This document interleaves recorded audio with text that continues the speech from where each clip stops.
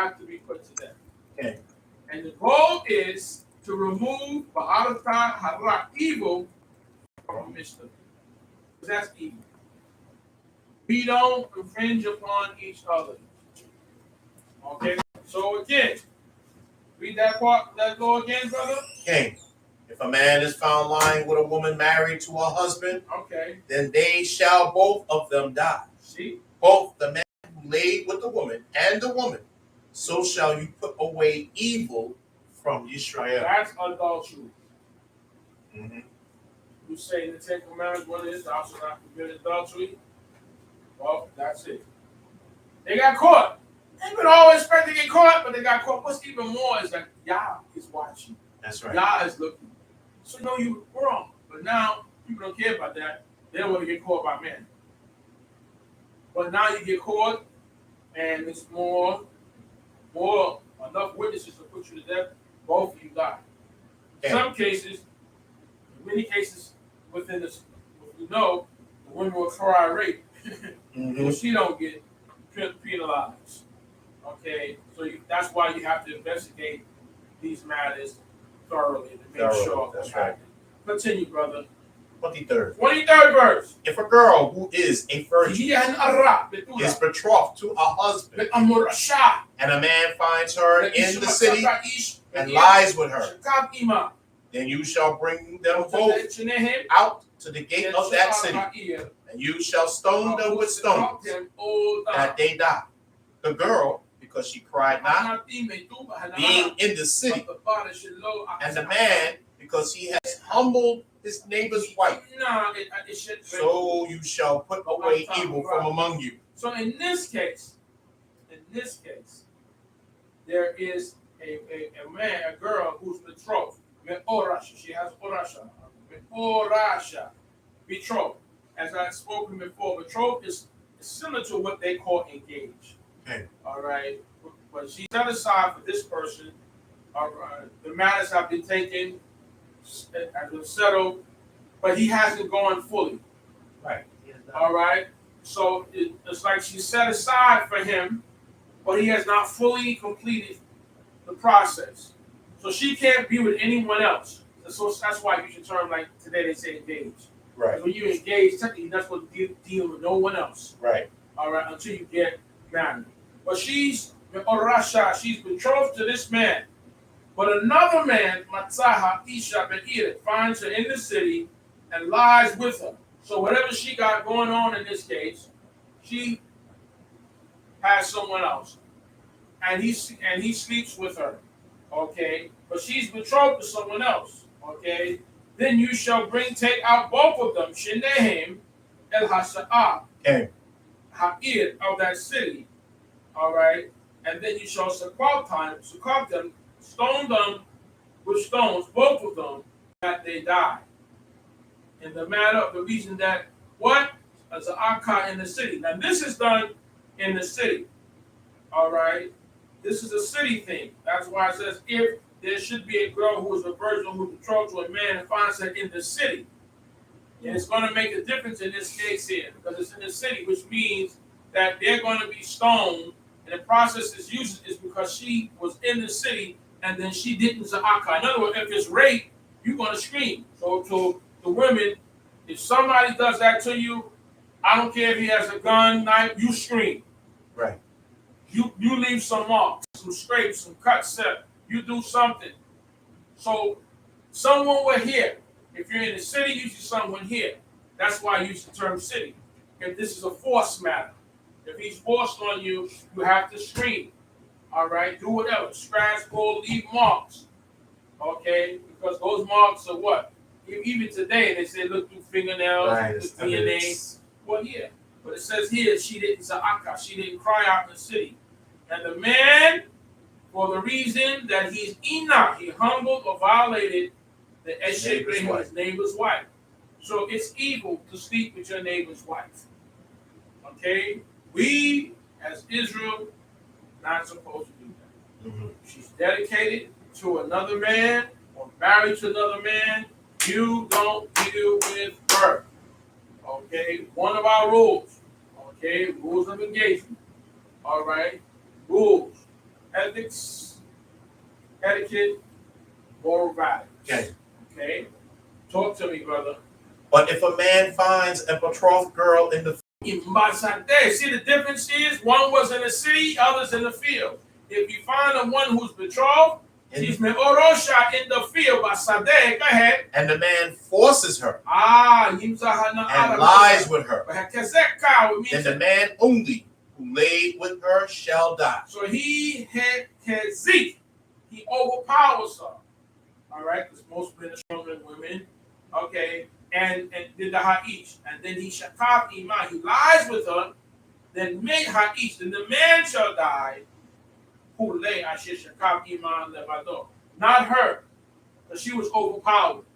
Now it's not that she can't get raped in the city too, but it's just that no one heard. That's why they're telling you to scream, yell, rape. You know, right. Whatever you got to do, crawl, but each cry out.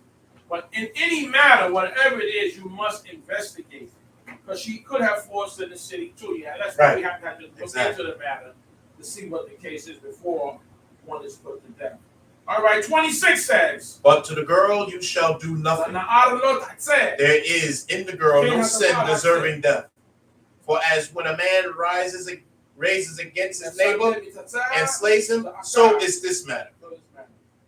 Right. So when a man so is this matter. All right. And kills him, that Zako, the fish, Cain had the var said. 27 says, for he found her in the field, and the betrothed girl cried, and there was no one to save her. She had no Moshiach. She had no savior. She had no Moshiach to save her. Because she cried in the field, using an open field, cornfield, everybody hear you. It's possible, normally not. In the city, someone should hear you, but nevertheless, it's the key here for the women. So cry out. City, field, cry. Let it be known, okay, that this is what's going on here. Now, you know what's unique? When Joseph was going through the situation where the head of the house, the female, tried to accost him,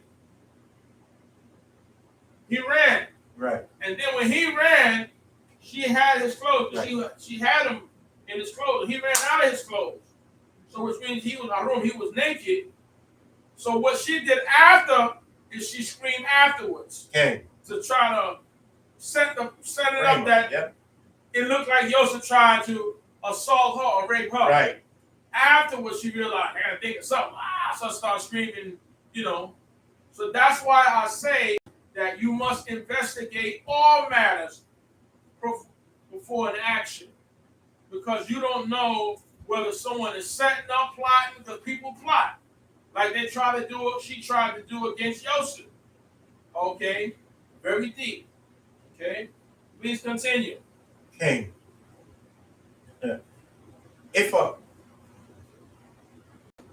a man 28 finds a girl who is a virgin, who is not betrothed, and lays hold of her and lies with her, and they are found, then the man who laid with her shall give to the girl's father 50 shekels of silver, and she shall be his wife, because he has humbled her. He may not put her away all his days. Okay, now, this may seem like it's a coercion, but this is not a coercion. What this is, if a man, you might say if a man find a nara in the Betula, she's a virgin who is not betrothed, but she's not orasha, she's not betrothed, and he takes hold on her, he takes hold on her. In other words, this is just a term to say washakab. So when people take hold on her, they think that it's rape, it's force. No, and the force part was in the 25th verse, it says Teitzei. That's how hold on. But he takes hold on her, it's still consensual. That's what's going on here. Okay. So he takes hold on her, the Parashat, and that's why it says Shakav Ima, and lays with her, and then here's the key. Nim Za'u, and they are found. Which means it was consensual in this case. She is not Orasha, she's not betrothed, because if she is betrothed and they found her, she'll be stoned and he'll be stoned. But she's not betrothed, but she's a virgin and it's consensual. Okay, it's not forceful. And she's found, they're found. Then in 29 says that then the man who laid with her shall give to the girl's father 50 shekels of silver. So now he's responsible. He has to pay. Because now, if for her father to marry her off now, the dowry that he would have gotten for a virgin, he can't get now because now she's not a virgin. Right. So what's going to happen, since it wasn't rape, okay, it was consensual, therefore he has to pay the father 50 shekels of silver. And to him shall be Leisha. Now he had to take her to wife. Now he got a wife, but he wanted her not.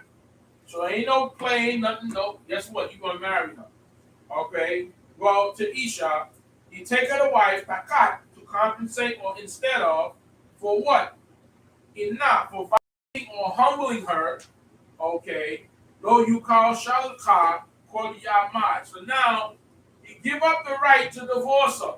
That's right. Because the process and the way that he went, this is like Shechem taking Dinah, right, Jacob's daughter, and sleeping with her without consulting the father and getting permission from the father first, the parents first. So therefore, the brothers in that case say, hey, you can't do that. So they set up a plan to what? Have all them circumcised, and they went in and killed all the Shechemites. Mm-hmm. All right. The father wasn't for that, but they said, listen, he treated our sister as a harlot. That's right. She's a daughter issue. No, you can't get away with that. The proper procedure was to go to Yaakov and request Dinah. Right. First. Just like this man was supposed to go to her father and say, listen, can I have your daughter to wife? Okay. Then he would pay the dowry of the virgin to him. But now he's going to pay the 50 shekels of silver, and he's going to have her as a wife, and he can lose the right to divorce her later on, no matter if she pleases him or not. So, my brothers and sisters, it's the way that we do things. That's it. That's right. Human righteous man. That's what. Continue, my brother. Okay. Hallelujah. 23rd chapter. Go ahead. A man shall not take his father's wife, nor uncover his father's skirt. In other words, you can't. He said, why do God got to tell us these things? We should know that. Well, in Egypt, they did all sorts of stuff. In Canaan, they did stuff. So therefore, you want to know not to take your father's wife, or ye let, or uncover, kenaf, the skirt of your father. The skirt of your father is still his wife. That's right. All right. That's basically saying the same thing. For any person your father is actually involved with, whether it be on the level of a concubine, a second wife, or less status wife, or the first wife. A son and a father should not be cohabitating with the same woman. That's right. Okay? In the world, that goes on. In our world, it shouldn't go on. Okay? Continue. He who is wounded in the testicles, or has his male member cut off, shall not enter into the congregation of Yehovah. Okay. D. So lo yabo, there shall not come a fatzua daka, a man who is injured or crushed in the kerut, shafa in the organ, the heart into the house wall. So if you're damaged in your private part or testicles, by Torah, you wouldn't be able to come in here in this congregation. Because your sexual organs are holy to God. Okay. And they have to be utilized in that way. So if you're damaged in those areas, you cannot congregate with the people. Okay. In the sense of you cannot come into the house of God. That's deep.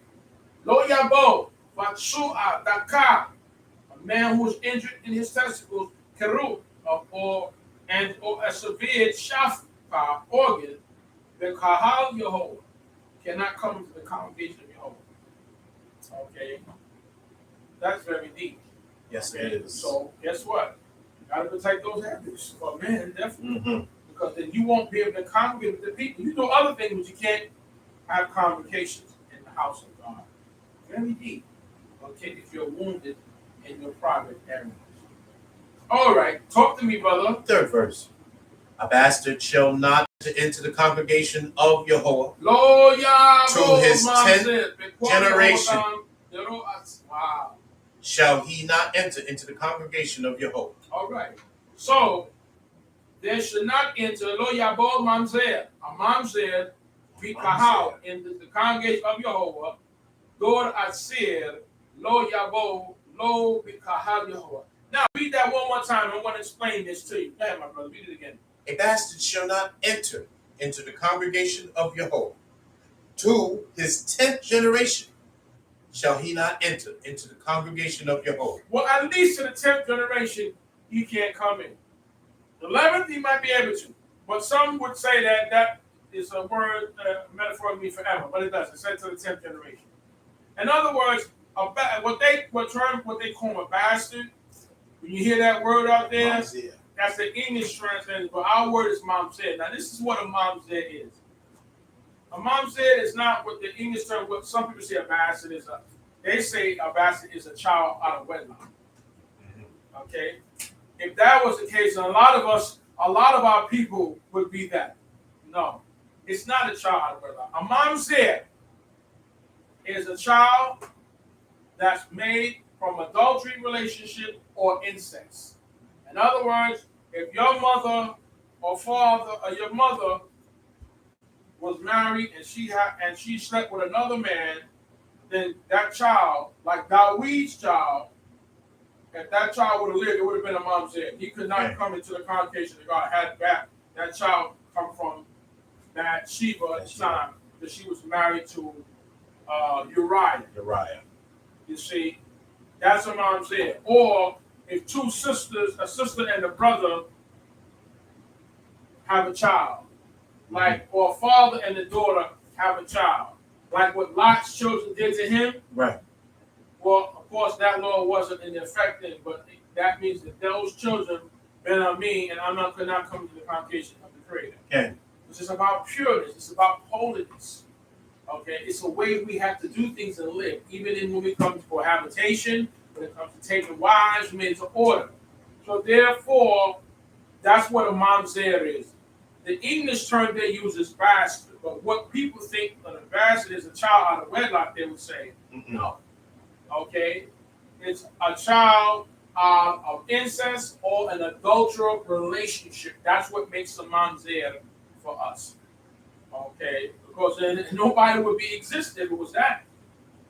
Or there's some say, because you don't have a father. Well, a lot of people don't have fathers. Would that makes them a bastard? No. No, but that's what I would term as mamzer, and that's what a mamzer is. Incest or adulterous relationship. Okay? They cannot come into the congregation of God into the 10th generation. If they come to the 11th, then it's different. That's generation. That means it's pure and it's detoxifying throughout generations, and now in 11 you can come in. You know, some say forever, some people use the term forever, but no, it's 10th generation. Okay. Then there's others who can't come in the congregation of God, we're going to read about. Go ahead. 4th verse says, an Amalek or a Moabite shall not enter into the congregation of Yahweh to their 10th generation. Shall they not enter into the congregation of Yahweh forever? Right. Now, that's the reason people say in the previous verse, when it says the 10th generation, in the previous verse with the mamzer, the bastard that they say, it says 10th generation. Right. But while they say they can't come in forever, because in the next verse it talks about a Moabite and an Ammonite cannot come in, all right, even until the 10th generation. But then it tells you also, it says Yabolahem into the forever, Al Olam. Okay. Then it goes, after that it goes, says forever, or to eternity they can't come in. You see? So it goes for the 10th generation, all right, and then it says, shall enter of the Lord of Yahweh to eternity. So read that one more time so I can clarify that, brother. Okay. An Ammonite or a Moabite shall not enter into the congregation of Yahweh to the 10th generation. Right. Shall they not enter into the congregation of Yahweh forever. You see? Then it says ad olam, which means to eternity or forever. So people say, which one is it? Because the preceding verse talks about a mamzer cannot come into the 10th generation. But then it says, but it doesn't say forever then. But now when it comes to the Moabite, it says to the 10th generation, and then it says forever. Forever. So that's why some say even with the mamzer, it's ad olam. Ad olam, forever. All right, forever. But it doesn't say that. It says just 10th generation. That's a long time either way. But these are the two. And it's going to give you the reason for the Moabite that cannot come in. You know, initially the Moabites in the beginning was the seed of a daughter and fathers. That's right. But a lot. Yes. Yeah, children of Lot. All right, but it's going to give us more reason. 5th verse says, because they met you not with bread and with water in the way when you came out of Mitzrayim of Egypt, and because they hired against you Balaam, the son of Beor, of Bethor, of Mesopotamia, to curse you. So the reason is that God is giving for them not being able to enter into our congregation, which means the Moabite and the Ammonite can't come in here to keep Shabbat with us. Now maybe Yah will change it later. We don't know. Because he's the altercator. He makes the amendments in the various things. Because there was amendments made with Zelophehad's daughters. There was amendments made with the men who was unclean by the dead body of a man. We don't know. But as for now, it's written, it says they cannot come into there forever. From the 10th generation and then forever. Because they met us not with water. Okay? With water. Lo ki mu. Did not greet us or come out to greet us with bread, lechem, and mayim, badelik, on the road when we left Egypt. But they came to Mitzrayim. They're supposed to meet us and be hospitable to us with bread and water. They didn't. No. Okay. And then they sakar aleka, they hired against you or us, Bilam ben Beor, mi betor. They hired Balaam against us. Okay. And then to curse us. Lekal lekem. Lekal, to curse us. To bring a kalala against us. So two reasons. Because they didn't meet us with bread and water, they wasn't hospitable to us, and then they hired the lamb. So therefore they cannot sit in here with us and praise the Okay. That's deep. Okay. Outside or whatever like that, people can do, but not when it comes to that. But it goes on further to say what? Nevertheless, Yehovah your Elohim would not listen to Balaam. But Yehovah your Elohim turned the curse into a blessing to you. Because Yehovah your Elohim loved you. You see, lo avad. Yehovah would not avad, would not consent to Balaam. So listen, Lishmot el Habilan. Then he turned Yafak, and Yafok Yehovah el Heka, the Hakilala, into a baraka. He turned the curse into a blessing. Okay, and then Ahevekah, because he loved you. Because he loved you. That's right. Whatever Balaam was going to do, he reciprocated. Or whatever Balaam tried to do, didn't work. All right? What he may have tried to do later after that, it still didn't work. All right? The only thing that worked was when he advised a plan against us, and we caused that to work. Okay? But continue on, my brother. You shall not seek their peace, nor their prosperity, all your days forever. No, so you don't worry about their peace. We ain't hanging out with them. Okay? Lo tetae. You should not, deep. You should not seek their peace. All right. All their trouble time, all their well-being, all the days of your life forever. That's deep. Mm-hmm. Continue. You shall not loathe an Edomite. So Lord te'a'eh. For he is your brother. Don't hate an Edomite. I don't care what you might feel. But God said you can't hate him. Lord te'a'eh. Don't despise him. I don't mean ki akika. For he is your brother. You shall not loathe an Egyptian, because you were a stranger in his land. So you were a stranger in the Egyptian land, therefore you can't hate them. Look, you see, you ate their food, drank their water, slept, or educated. God says you can't hate them. Egyptians, and you can't hate the Edomite because he's your brother. The Egyptians, because you use his facility, you slept in his land. Go ahead. Okay. The children who are fathered by them shall enter into the congregation of the Lord in their third generation. In the third generation, the children that begotten of them, of the Edomites and the Egyptians, may enter in the third generation. See? So, but it also shows you that anybody just can't come into our congregations. That's right. You know, where you from? Oh, you're in the second generation. You got to wait one more generation to come in. Your son can come in, but you can't. Okay. It's deep. Let people in. No, you got to be of this generation to come in here. All right. You have to purge. You know, purge. Yes. Based on you have to purge based on your history. Go ahead, my brother. 10th verse. 10th and when you go out to encamp against your enemies, so Teitzei, then keep yourself from every wicked thing. So when you go out to fight against your enemies, stay away from all evil. See, you can't fight people with evil on you, because you may lose the battle. Okay. You may lose the fight. You haven't been doing the right thing with the Creator. You might lose a fight. Okay. Okay? You want God in your corner. Go ahead. If there is among you any man who is not clean because of uncleanness that chances him by night, then shall he go out of the camp, and he shall not come inside the camp. So in other words, okay, a chance by night is nocturnal emissions, things that happen, dreams they call it. Right? Dreams. Yeah, if that happen, that makes you unclean. All right, it's like being with a woman. It's equivalent to being with a woman. You make her unclean. You're unclean from cohabitation. Well, when your nocturnal emissions make a man unclean. Okay. So therefore, in the olden days, we had to go outside the camp.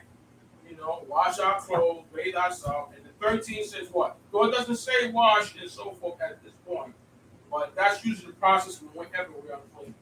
Okay, talk to me. But it shall be, when evening comes on, he shall wash himself with water. Right. And when the sun is down, he shall come into the camp again. So now, when it shall be toward before the evening. All right, when the evening comes, or while the evening is coming, you wash with water. All right, kevo, at the setting of the shemesh, when it's going down. Before it goes down, you wash. Then you come in. All right, there's anything about your begadim, but you wash. But the process is that, you wash and be clean because you had a nocturnal emission. So now you have to wait because it's about being close to the creed. That's why. Okay. 13 says what? You shall have a place also outside the camp where you shall go out to it. Right. So in other words, anytime we come in the state of uncleanness, we need another resident outside the camp of village. Mm-hmm. That's why it's good to have more than one place. So you know what? I can't come into the village today or the camp today because I'm unclean or tamei with whatever reason. So I'll stay there for that time period. I'm unclean by the day, so I'll stay outside of the village because I don't want to make anyone else transfer that to anyone else. That's what the Creator is saying. So that's why it says you should have a place outside. There can be outside of the camp. You should go to there. Keep a place somewhere else outside from the people. You can stay in that state. 14 says, and you shall have a spade among your weapons. And it shall be, when you will ease yourself outside, you shall dig with it, and shall turn back and cover your excrement. So when you defecate on your weapon, what the Creator is saying, you're going to have like a shovel. It's like you have a bayon, you're going to have a shovel connected to your weapon. Okay. Then when you go relieve yourself outside the camp, got to go outside, all right? and will be that when you go outside, you shall dig kafarata with it, and shabta, you shall turn back, and ki sita, you shall cover it. Zedeka, when it comes to, in other words, you see how a dog, when it defecates, it takes its feet, and all cats too, and they wipe naturally. Nobody got to teach them that. That's right. All right. A cat digs going to litter box, she cover on outside, and the dog does the same thing. Cover that which comes from. So the Creator is telling us when we do that, we didn't have every time the thing was always outhouses. Yeah. So, but you go outside the camp, you dig a hole with your piece that's on your weapon, and then you defecate in that hole. But then you have to cover it. It's important to cover it because it's feces, so you have to cover it. All right, you're responsible for covering it. And then what it says, brother, 15. For Yehovah your Elohim walks in the midst of your camp to save you and to give your enemies before you. Therefore, shall your camp be holy. I want your camp holy, because if you're defecating and not covering it, the house is going to be holy. Right. Cover that which comes from you. That's what he's saying. So I'm going through there, and I don't want to see no unseen thing, anything like that. Okay? Kadosh. All right? Kadosh. So Yehovah what? Mithalek walks among us. You see, we think that we got to go to Shemayim to heaven. God walks amongst us. Mm-hmm. So Mithalek. Okay, so your God, Yehovah, your God walks in the midst of your camp. God visited us. We think God is moving amongst us all the time. All right, He walks within your camp to what? The Hazilka. And that's the zeal that you're going to see a lot of the ambulances that walk in Hebrew. All right? The Hazil, to rescue you. And like I say, to deliver to your enemies, deliver you and deliver to your enemies before you. That's what God does. Okay? That's that. So it be that in your camp is what? Kadosh. Lo yir'eh. So that He will see among you what? Erwat, nakedness, or an indecent matter or thing, and then turn away. So in other words, that if He sees something indecent or like feces or it says erwat, which is an indecent thing, or like even erwat is considered nakedness, something that's not good, then He's gonna turn away from us and leave our camp.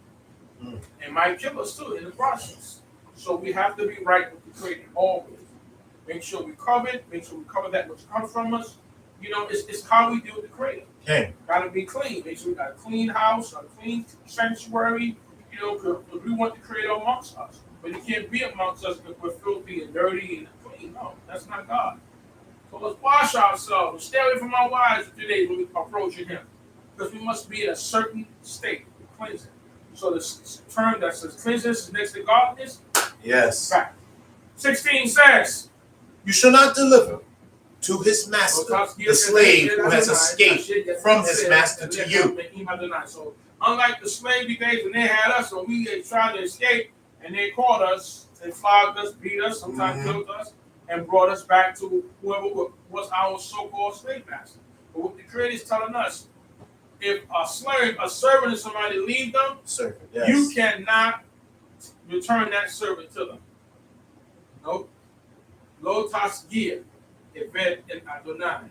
Ashid yinatel, when they seek refuge with you from his master. They come to you for refuge, you don't return him to the master, to his home. 17 says, he shall live with you among you in that place which he shall choose in one of your gates. So he has the freedom to live with you or one of your brothers and sisters in the nation, in your gates, wherever he wants, by Torah law. Where it pleases him best. Right, and you shall not oppress him. So Lord don't know you shall not oppress him. When he comes to live with you, saying, you're somebody's slave, so I'm gonna take advantage of him. No. You treat him with honor and dignity, and you don't oppress him. See, that's the kind of people who makes of ethics, etiquette, and responsibility. Go ahead, brother. There shall not be cult prostitutes among the daughters of Israel, nor among the sons of Israel. All right, read that again, brother. There shall not be cult prostitutes among the daughters of Israel, nor among the sons of Israel. And some books will say sodomites, depending on the version that you read. Homosexuals. Okay, they are homosexuals, cannot be amongst the sons of Israel or the daughters of Israel. So over here, lo tiye kadesha. Now the term that is going to use in Hebrew is kadesha. Kadesha, anything that's unseen is not right, including homosexuality. It responds as kadesha. And that same word, root word, comes from kadosh, which means holy. Holy. But depending on how you, what sentence and context you use it in, lo kadesha, all right, lo tabi, you should have lo tiye kadesha. It should not be unto you kadesha. It could mean prostitute, it could mean any holy. No, the daughters of Israel. From the daughters of Israel, then it goes to saying lo hiye kadesh, B'nei Israel. So it covers the daughters of Israel, then it goes to the sons of Israel with Kadesh. Okay. All right. Anything unseen, no sodomites, no homosexual spirit of that. Anything unseen, do not make a prostitute of the daughters or a prostitute of the sons among the men. Okay? That's what it's called, Kadesha. Anything unseen, homosexualism refers to. Okay? But not have that. The sons of the daughters. We deal with male and female, and we deal with that headers and the order. We take for order. Good. Go ahead, my brother. You should not bring the hire of a harlot or the price of a dog into the house of Yehovah your Elohim for any vow. For these are both abominations to Yehovah your Elohim. Right. All right. So you should not bring to you a wage, none of a zona, which is a prostitute or harlot, or a mekir, or the price of a kelet.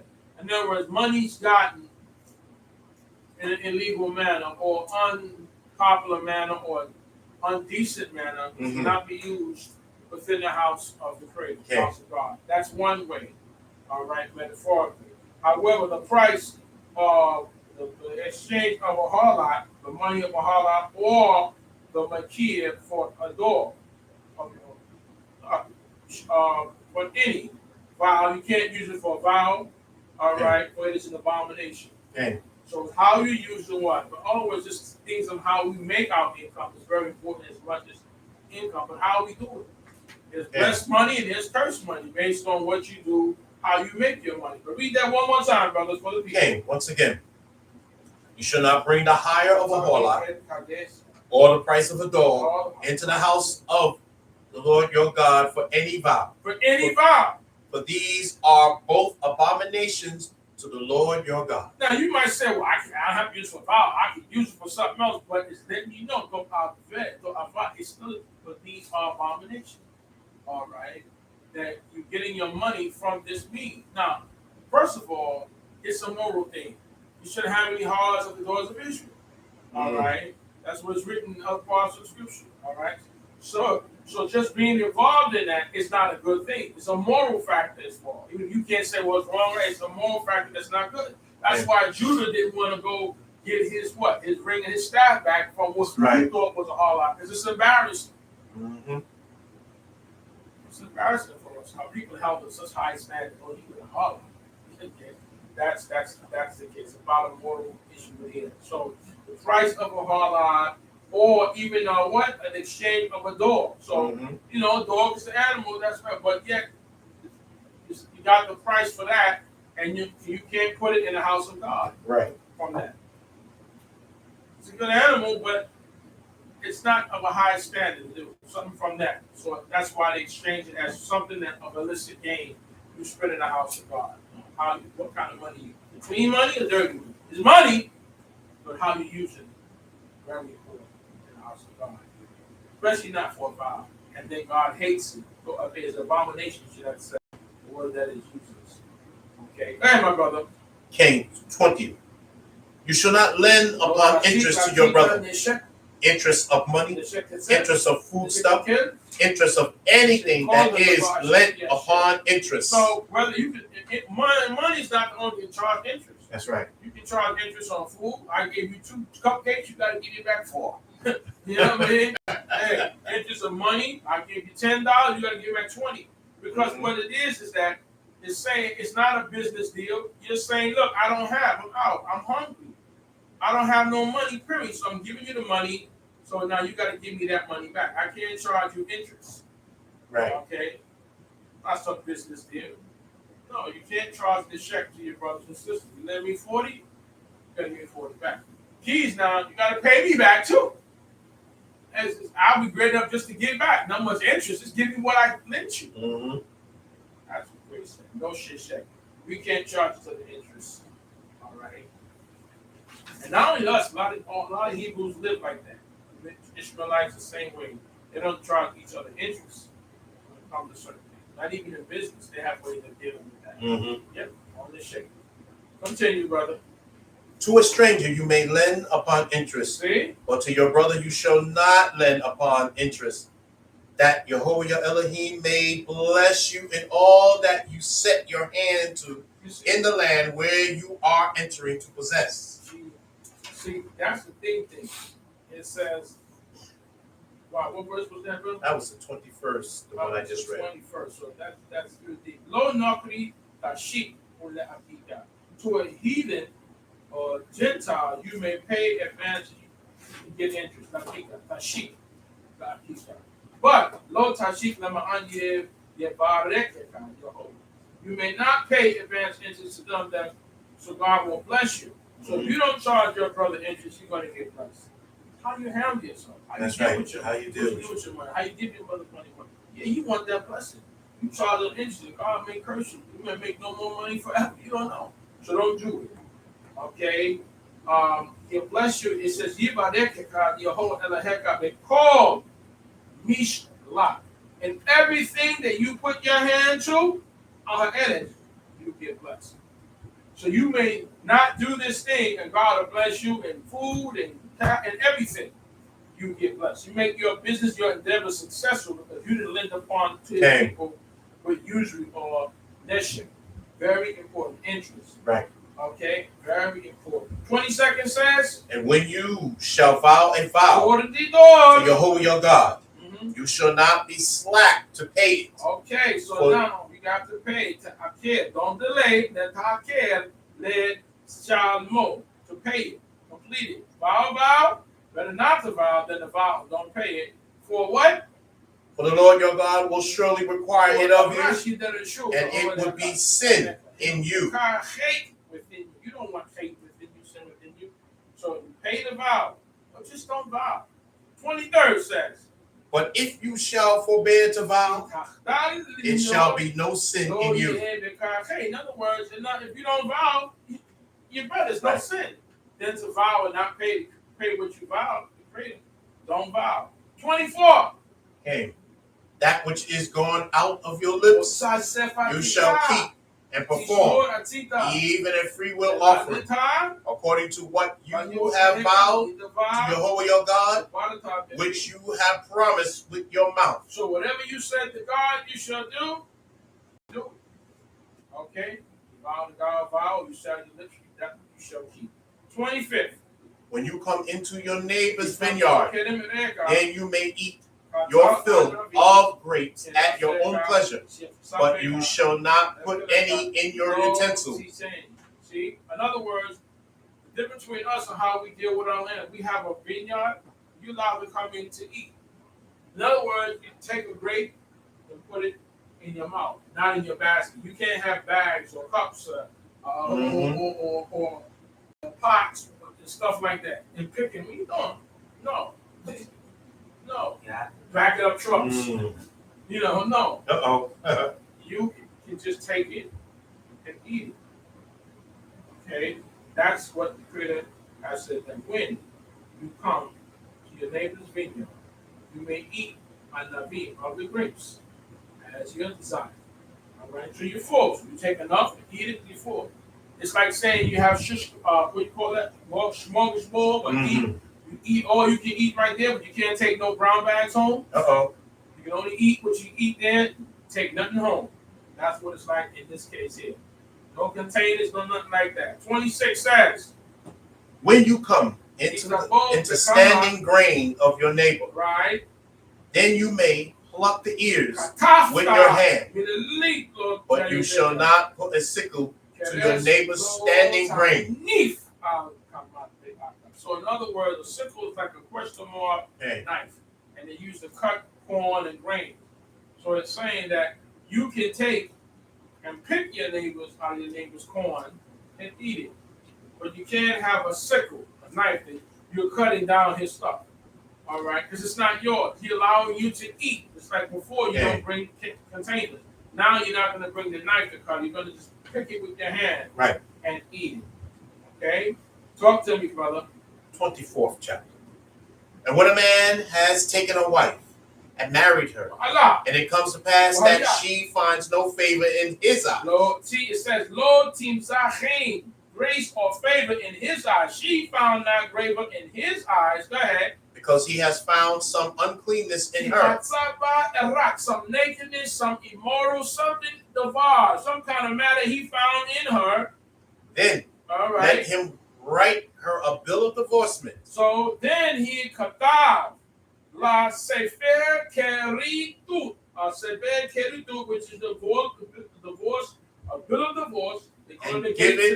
And give it in her hand. Then you and send her out of his house. And shilcha mibeito. So you write her a bill of divorce, put it in her hands. Gotta serve her.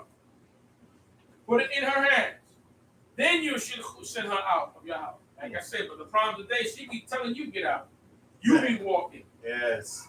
She owns the house or the apartment. You see? No. She'll tell you to the left. You know? So that's how we supposed to do it. You write her a bill of divorce, put it in the hand, say fair keritut, and then place it in her hand, yada, and shilcha mi beito. From your house, you send her. And second says what? And when she has departed out of his house, she may go and be another man's wife. She can go on, be another man's wife. Mm-hmm. All right, you can't say she can't marry a woman. She can go be another man's wife. So now another man will take her.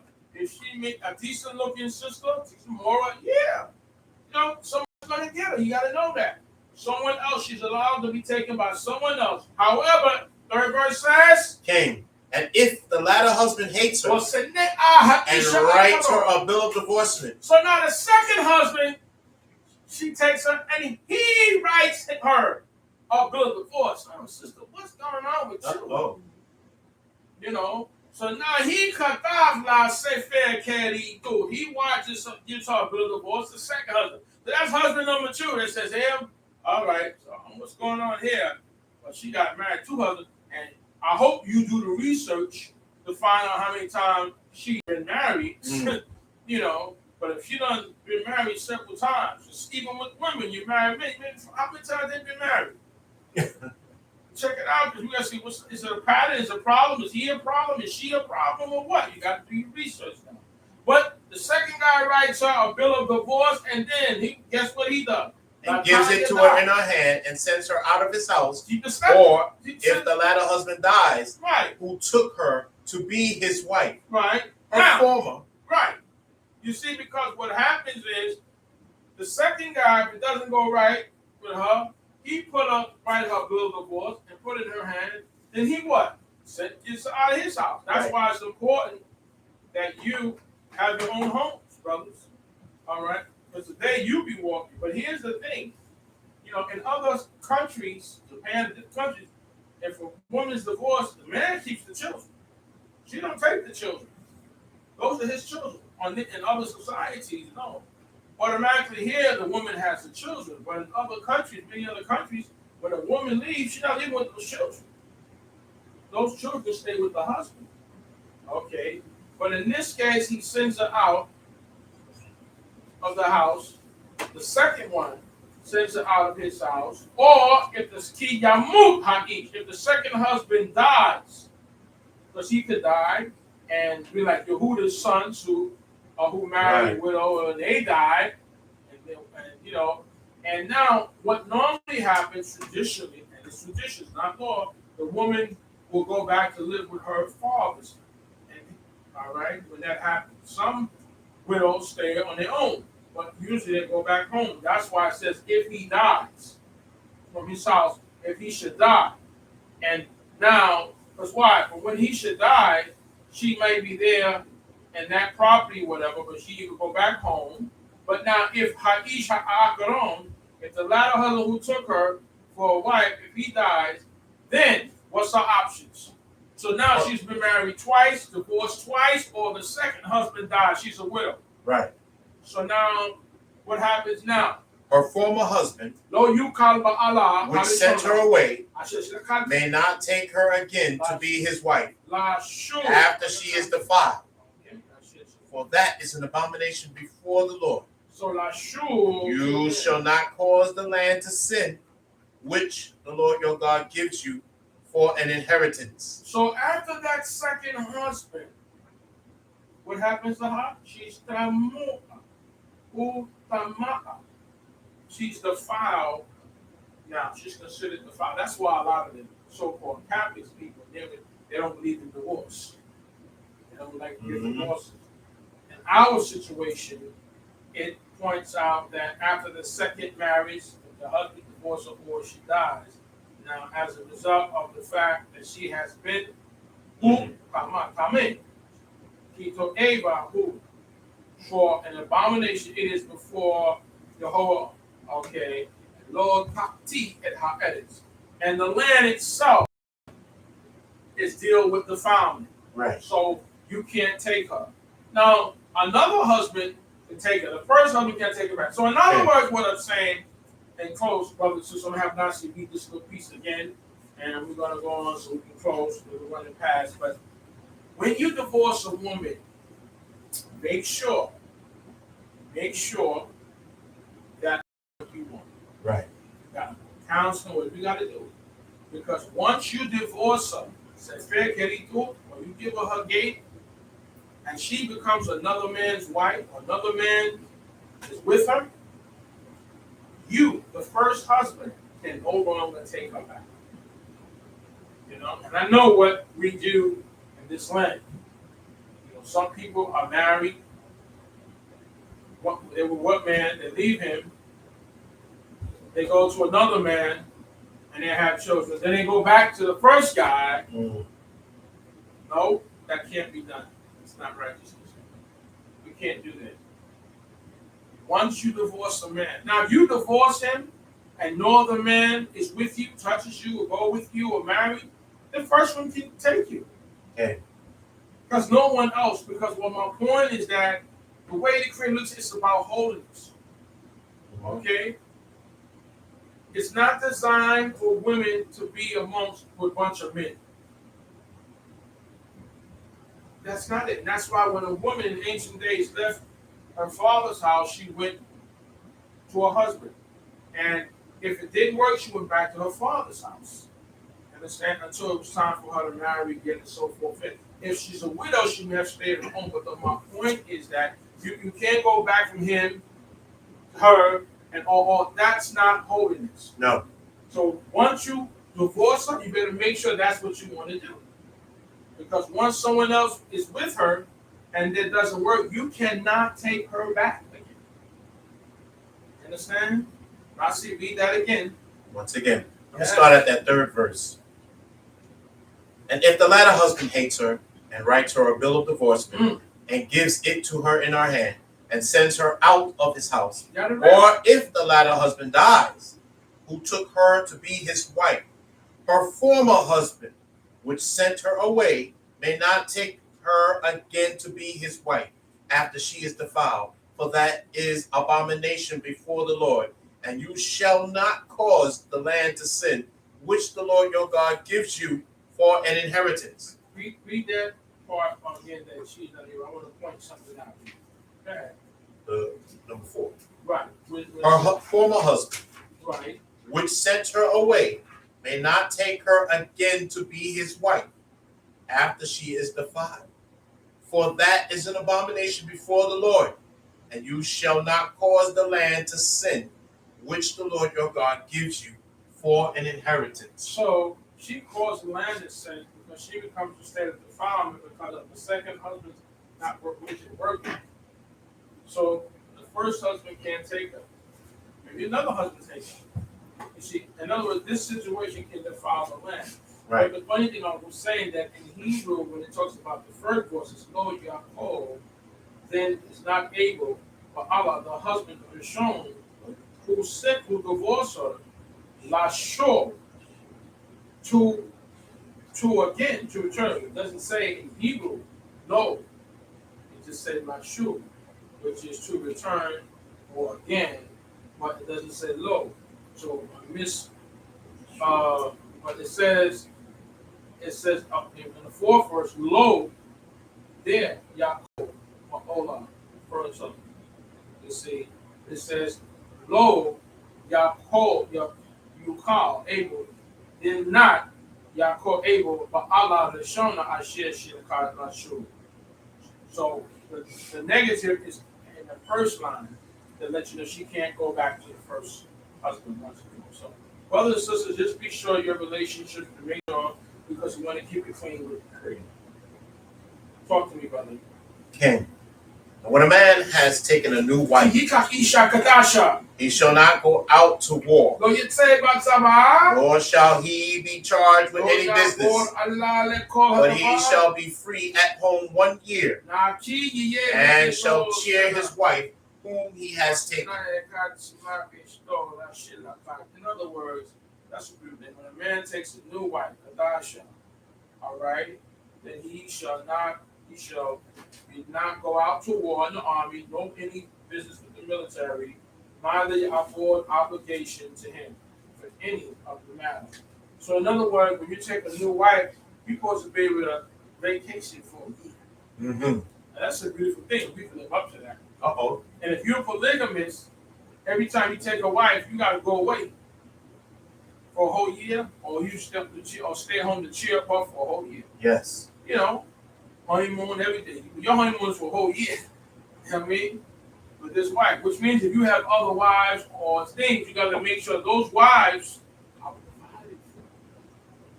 Because you're focusing on this. Okay, your responsibilities must be taken care of.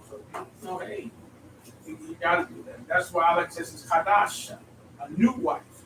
All right? Yeah. Okay, so Yikar Isha Kadasha. All right, this is what you got to do. So maybe like taking a wife, but the responsibility, how many of us is in a position to not work for 1 year? Mm. How many of us in a position that we could stay home for 1 year, take a leave of absence for 1 year, got to cheer this wife up? And not be put in the poorhouse or in the street at the end of the year. Mm-hmm. Or whatever other obligations you have. So it shows you the position that we should be in. You know, that we can do this. You're not going out to the military to fight.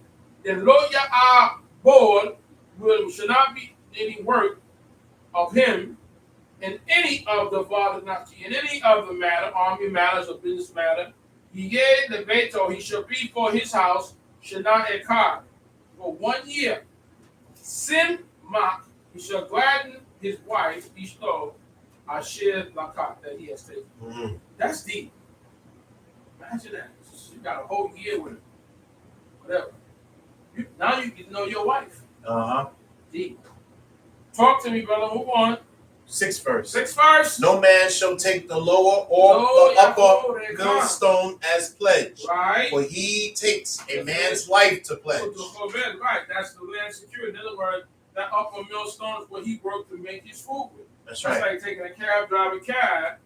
You know, how he going to make his money to pay you back? That's your means of living. Because he may ask you for a loan. You take the loan. You know, like you go to the pawn shop and take your jewelry to pawn it to get money. Well, now you're taking an upper millstone where people grind their corn with to live. That's how they eat their food. It may be how they make their money. So God don't want you to do that. All right? Because he's asking you for a loan or whatever because he needed it, but he hasn't put a pledge. Okay. When you go to rent something or pawn something, they give you money and you pay interest on that loan that you give. And then you return the money to him, he give you your jewelry, whatever you pawn, TV, couch, cars, house, whatever. It's all kind of pawn shops, right? But what he's saying to you, don't take his upper millstone this life support factor to play to keep that, because then a man can't live. How you gonna pay your money back if you have that? And you want something valuable in place of what you gave him to hold. And you don't take his clothes because some people only have one change in garment, so how he's gonna stay warm? See. Go ahead, brother. Okay, 7th verse. Mm-hmm. If a man is found stealing any of his brothers of the people of Israel and deals with him as a slave or sell him, then that thief shall die. You shall purge evil away from among you. So we're not going to do to us as the Europeans and others did to us, and our tribes, the tribal brothers from other nations did, buy you as merchandise. We don't sell and trade each other. If you get caught, it's a death penalty. Okay? If you sell, you get caught, you'll die if you sell. And if you get caught in your hand, you'll die too. Okay? Talk to me, brother. Okay. Take heed Shamayim in the plague of leprosy that you observe diligently and do according to all that the priests, the Levites, shall teach you, as I commanded them. So you shall take care to do. So do everything in leprosy as the priests and Levites tell you to, that it go well with you, that you get rid of it, and so forth, and you don't still contaminate. So listen, it's like saying listen to your physicians as they tell you to do. Well, in this case, the physicians is going to be the Levites, all right, and the priests to tell you in the reference to leprosy, to contain this, to get rid of it. A lot of us don't want to listen. We don't listen to our doctors. We don't listen. That's what the priest is saying to you in this matter. So the Levirate and the Kohanim in this matter. Go ahead, brother. 9th verse. Remember what Yehovah your Elohim did to Miriam, by the way, after you came out of Egypt. Why? Because he cursed Miriam, right? That's right. So the Creator is always in the matter. Just remember, never granted the Creator can't do things to us. Just keep circumspect to it. Go ahead, brother. When you lend your brother anything, you shall not go into his house to fetch his pledge. In other words, for security, like our vote is secure. You say, well, I'll lend you some money. I'm going to go in your house. I'm taking this. Don't do that. Go in his house and grab something. That's not what you do. You don't want to be that kind of a lender. Okay? You don't go into his house illegally and take something because you lent him money. No, you need his permission. So what the Creator going to tell you how to deal with that? Go ahead, brother. Continue on. You shall stand outside. So you should stand by troops. And the man whom you lend shall bring out the pledge outside to you. Right, because people violate you.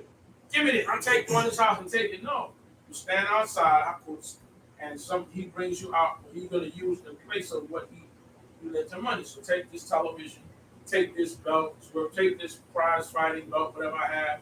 That's what you do. You don't go in his house and take anything out and say, well, I'm taking this till you can bring it. It don't work like that. Honorable people. Continue, brother.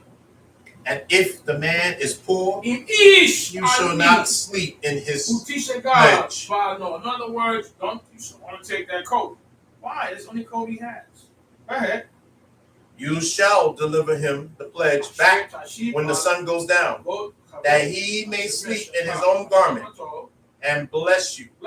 And it shall be righteousness to you before the Lord your God. In other words, you take his coat. I wouldn't even take it. You got to return it before sundown because it gets cold that evening. And then he'll bless you. The man will bless you because of the fact that you dealt him in a great manner. It's how you deal in a manner that's blessing to you and create a blessing as well. Especially for those who are less fortunate. You got to be careful how you treat the ones who are less fortunate. Create a blessing.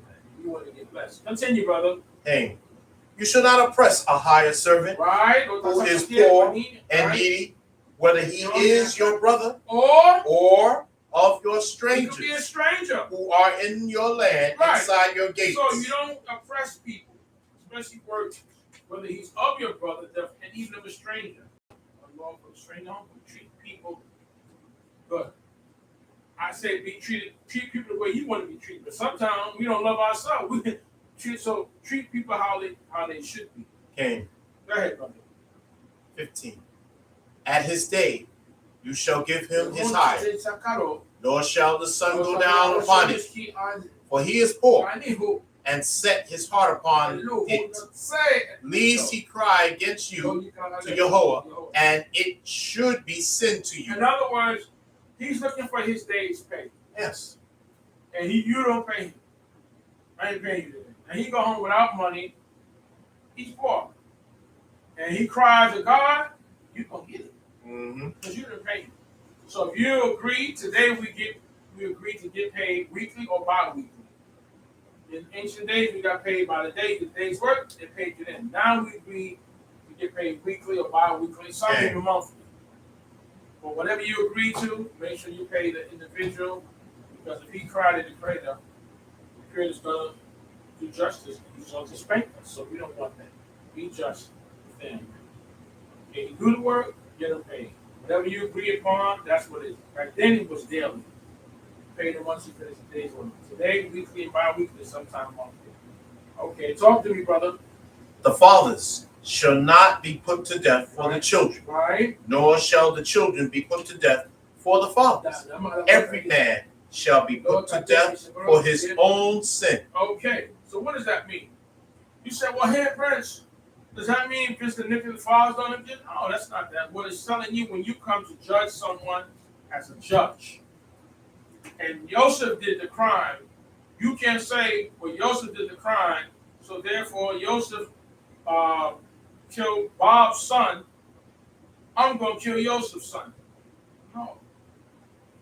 Every man is guilty of his own crime. You can't pass that down to his children and say, I'm going to kill Lum because he did it. Because we're in the position of judgment. Now, the credits that visit the iniquity that falls upon the children, that's our iniquity we pass down to them. But as far as us as judges, no. If you killed his son, he killed your son, you can't go take his son and no. Kill him, but not his son. No. That's the difference. Everybody will die for his own sin. That's what it said. That's the difference. Because he did it. When it comes to us as humans and we're in a position to be judges. That's the difference. Most High can do whatever the Most High does. And he lets us know what he can do, what he does, and what we can. And we're not God. Remember that. Whatever the Creator says. Talk to me, brother. 17. 17 verse. You shall not pervert the judgment of the stranger, no, nor of the orphan, right, nor take a widow's garment as a pledge. Because the stranger and the orphan, they're all missing something. Right. The stranger don't have family support factor there. The orphan don't have parents. So they're weak. So why would you take advantage of them? And don't take a widow's garment to pledge. Just if you lend her something, whatever, fine. Don't worry about anything in this place. All right, because she's a widow. She don't have a husband. It shows you the circumstance of three people who are lacking something. The widow lacks a husband, the orphan lacks parents, and the stranger lacks family that's amongst them. That's right. So those are the people that you look out for and you help.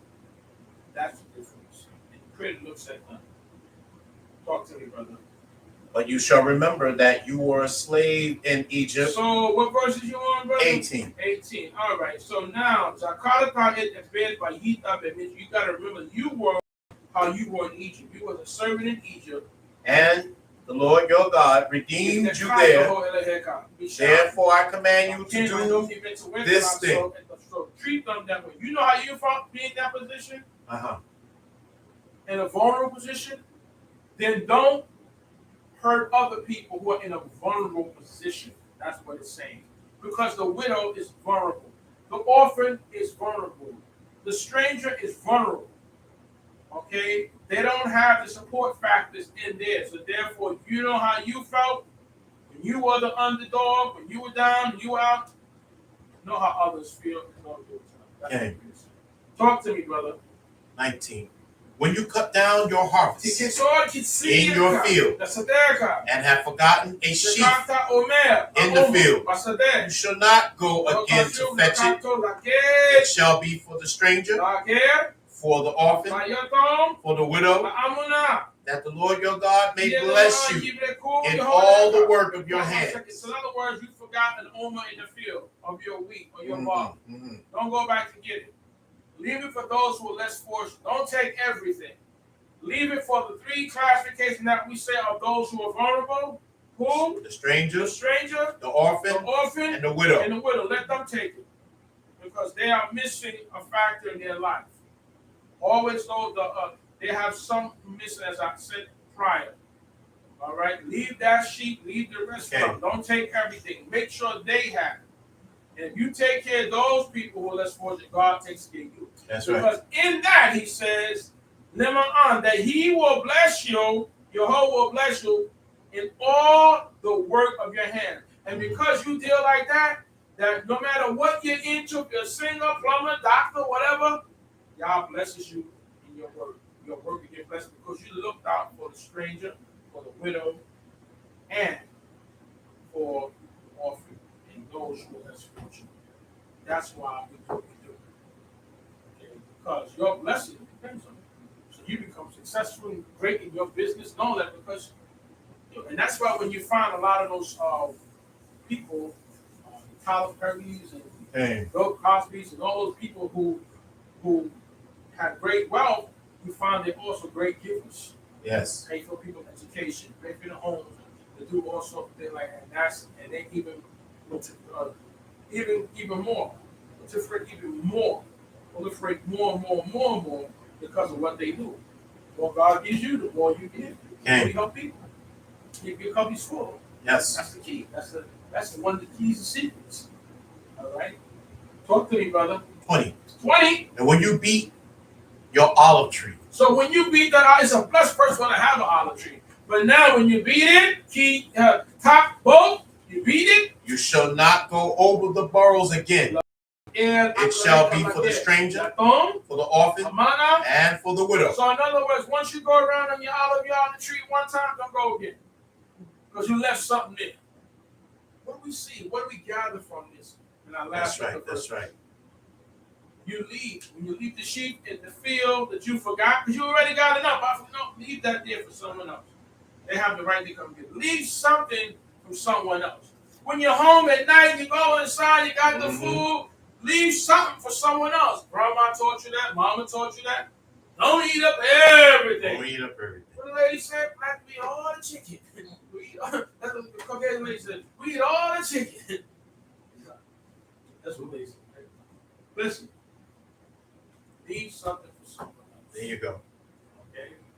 Don't take everything.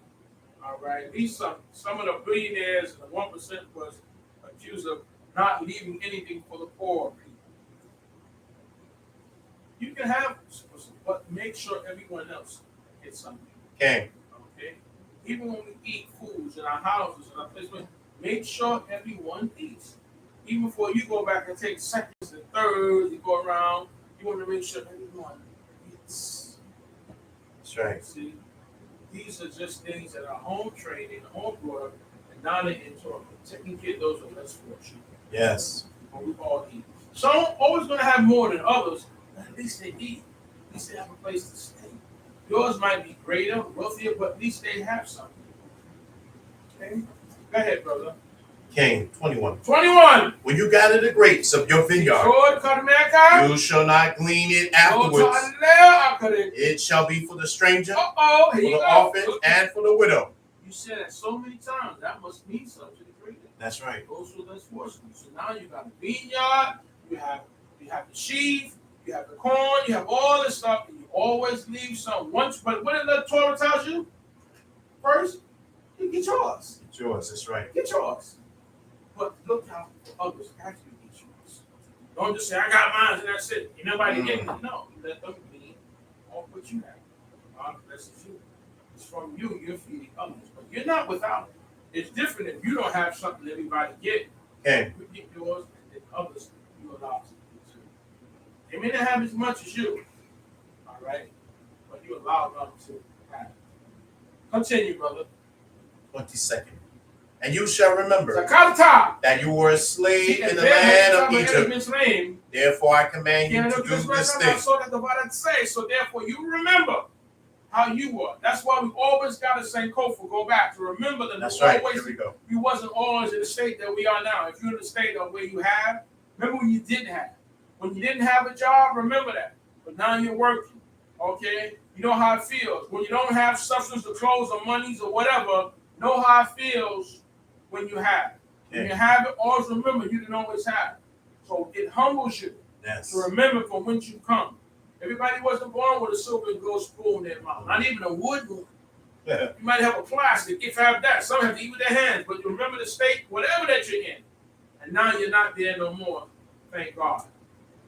And be humble to others as well. You get to your higher state, don't be arrogant. No. Be humble with all your substance, okay? And you look out for others. Talk to them. 25th chapter. 25th chapter. Last chapter. Go ahead. If there is a controversy between men, okay, and they come to judgment, right, that the judges may judge them, right, then they shall justify the righteous, right, and condemn the wicked. So, in simple, if there's a controversy, a judgment case, the wicked and the righteous you justify that those who are righteous. There's a stripe, there's a cross. Hygiene, they get shoe, and they come here to go to Mishpat, to judge to the courts. They shall judge them. He's that people, and they shall judge and vindicate the righteous, and heal sheep and find guilty at the wicked. Simply as that.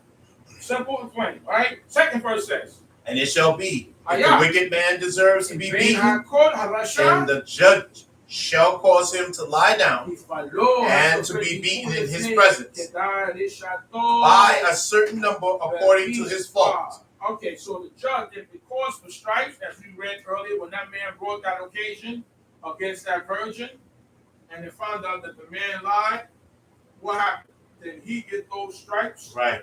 Okay, well, there's only certain case, and he get a fine. In this case, it's just about the stripes. Whatever you do, you're going to get a beat. But now, what happens is the shafet, the judge, will cause you to strike before him. He has to be there to witness and make sure whoever's giving the licks, give them right. And don't go over, exceed. Okay, that's the difference here. And it will be that being hakot, liable to lashes, hakot, the wicked, hifilu, and cast him down, and hashofet, the judge, hikahu, and strike him before him. Have him struck before his eyes, so he could, if the judge do it himself, or you have it done. He witnesses. Can they, according to what? His wickedness. His part. Then it's going to say in the third verse, 40 stripes he may give you, and not exceed, least he should exceed, and you beat him above these with many stripes, then your brothers should seem vile to you. So you cannot exceed 40 stripes. That's the max you can give a person. Okay, and if you exceed that, you may seem vile or hated in your brother's eyes. Right. Nikla is called, or degraded. Okay, will your brother be in your eyes? All right, you degrade him, and you're degraded to him because you exceeded the punishment. Right. In today's society, they call it excessive force by the authorities. You don't want to use excessive force, just enough force that's needed to get that task done. But a lot of people, not most, go overboard. The officers sometimes today, they go overboard from time to time, different ones. But you don't want to seem vile. Right. In any case, be just. When you're an officer, you're a judge, be just. That's what it's about. Be just, that's right. Okay, 4th verse says, you shall not muzzle the ox when he treads out the grain. We read where you don't plow with the ox and the ass together. Now we mean when you don't muzzle the ox when he's threshing. In other words, he's breaking down the grain. And a muzzle is something you keep him from what? You don't want him to eat. Mm-hmm. That's like saying I'm working in a restaurant, but I can't eat the food that I'm fixing, that I'm serving, which is crazy. He should be able to eat. Don't put no muzzle on. A lot of farmers put muzzle on animals so they can't eat while they're working. Okay. No, let him eat. He's the one who's treading it. Let him eat while he's working. He's biting and he's walking at the same time. Well, I said the same thing. Why can't you eat the food that you're making? Or, as I say, workers make cars, Mercedes, and all cars they can't afford. Which is deep. I'm making all these cars, but I can't afford it. The one that I make, working on that's deep. It's not supposed to be that way. No. You're making, you're supposed to be able to enjoy it, indulge in it as well. Imagine you make a pot of food, you can't eat the food that you make. Uh-oh. Don't muzzle the ox when you trade the corn. Go ahead, brother. 5. If brothers live together, yes, and one of them dies, and has no child. So if a brother live together, they live together. These are biological brothers, not brothers just because they're Israelite, another Israelite. These are biological brothers. They live together, and one died. Okay, so first of all, they akim yada. They live together. You know, like they roommate and mate akad. One dies of them. Behave. And Bain ain't and don't have a child, right? Go ahead. The wife of the dead shall not marry outside to a stranger. A shirt. Her mate, so now that one who died, he was married, but he didn't have a son, a child. He used the term child. All right. Didn't have a child. All right. All right. Okay. Bain, and Bain, ain't. He didn't have a child. Okay. He didn't have a son. Bain, not a body. Right. Mm-hmm. So it's a son that's going to distinguish him. So that's why sometimes we get a little technical with these phrases because it talks about the Bain. I'll explain to you why. Go ahead, my brother. The wife of the dead shall not marry outside to a stranger. So that wife who's married to him, she's a widow now. But she should not go marry a stranger. A stranger what? A stranger that's not Israel? No. A stranger that's not within his family. This is the unique part of this. When it says Zah here, it's not talking about the stranger that's not of Israel. Talking about where you're a stranger to outside the marriage in the family, and it stays in the family. And there's a reason why. Go ahead. Her husband's brother shall go into her. So, and in Hebrew, it doesn't use the term a brother. It just uses the deceased, which is a husband's brother. That's why you're going to see that sometimes parentheses. It says ma. And perform the duty of a husband's brother to her. And he performs yima. All right. So what happens is now his brother who stayed with him or lived with him. Now, when it says live with him, doesn't necessarily mean they're in the same house, they're in the same area, same neighborhood, whatever. But he has a brother. He dies and has no child. So now instead of her marrying someone else, she's supposed to have the option to marry his brother. Mm-hmm. That's how this goes, right? One of the unique situations here. To marry the brother, he has a brother that's alive. Okay? And continue on. I'm gonna put something else. I'm gonna throw something else in the Bible. And it shall be that the firstborn which she bears shall succeed to the name of his brother who is dead. So now, when she has a child, so she's impregnated, he has her as a wife. The firstborn child that she has, because remember, she had no son from his brother. All right? The brother's deceased now. He takes her as a wife. That's what Yehuda was trying to do when his two sons died, and Shelah was his last son. So he was supposed to save her, go to your father's house and wait till Shelah died. Maybe it had been the black widow or whatever, like, oh, wow, she lost two husbands, the third one. Mm-hmm. So he's supposed to save the brother. But he never gave Shelah to her. Yeah, to Tamar. Yes. All right, so that's why that situation happened with him. That's the custom that they had back then. So this is all on the same line. So now this brother, but now we have it in Torah. Not the exact same, but similar. Mm-hmm. Now, this brother here takes her, and now she's now with child. The first child that she has that's a male, hopefully that she bears shall succeed. His brother. He will name the child in the name of his brother. In the name of his brother. Who died and made. All right. When lo ye make that the brother's name, Shimon, be not blotted out of Israel. So he'll name his son, if his brother's name is Yosef, he'll be Yosef Jr., whatever. Now the second son you have, the child you have, will be whatever you name him. But that first son that you have from your brother's wife, who's now your wife, that child will be named in your brother's name. Okay. Now here's the flip side of this. This is not written in here. The problem is if that brother is not from the same father you have. In other words, you carry on his seed to have his name, right? But if your brothers might be the brother of your mother, because sometimes parents divorce or separate, right, then this can't apply because you're not carrying his name, his seed on. Right. It only can apply if it's your brother from your father. Remember, in our nation, the male side denotes the tribe or nation, not the mother. You are whatever the father was, not the mother. Mother can be of any nation, technically. But the father, whatever the father is, that's who you are. So if his father is not, they don't have the same father, then this wouldn't apply. Right. Okay. And the question is, what if he has a daughter? You said he can name her, but it's not the same because the name doesn't go on technically through her. The bloodline is in there, but that's why it says Bane. Right.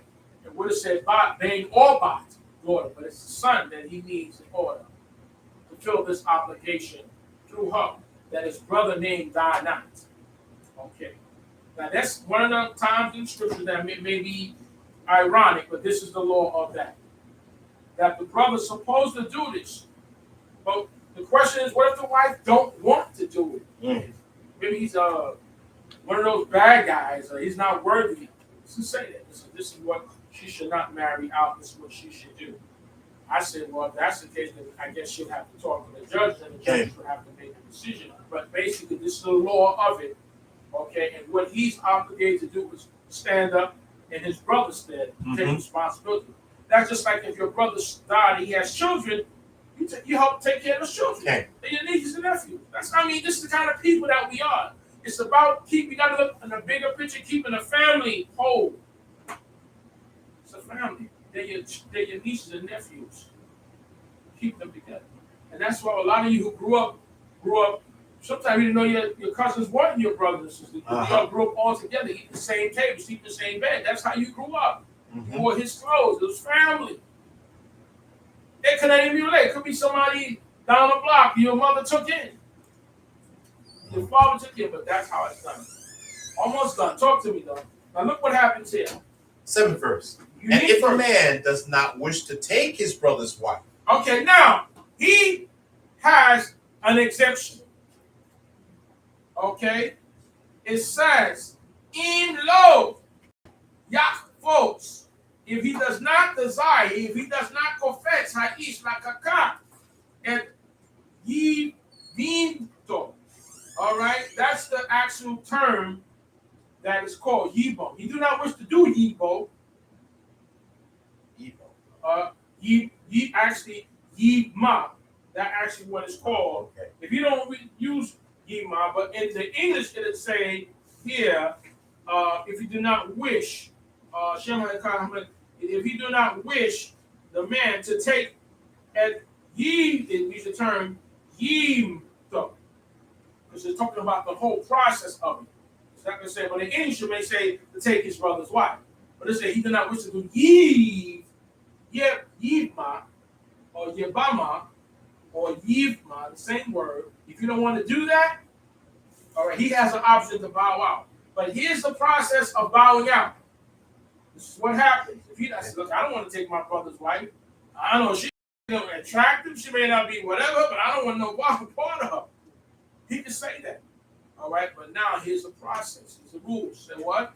Then let his brother's wife go up to the gate of the elders, right, and say, my husband's brother refuses to raise to his brother a name in Israel. He will not perform the duty of my husband's brother. Bit me. He won't perform bit me. So Alawaka Yipiko, and then since she goes what? To the gate of the elders, is a Kanim who's in charge of this. My brother, by me. The duty of Yitma, my husband's brother, Hakim, would not do. He don't want to do Yitma. all right, to raise up a shame, a name in Israel.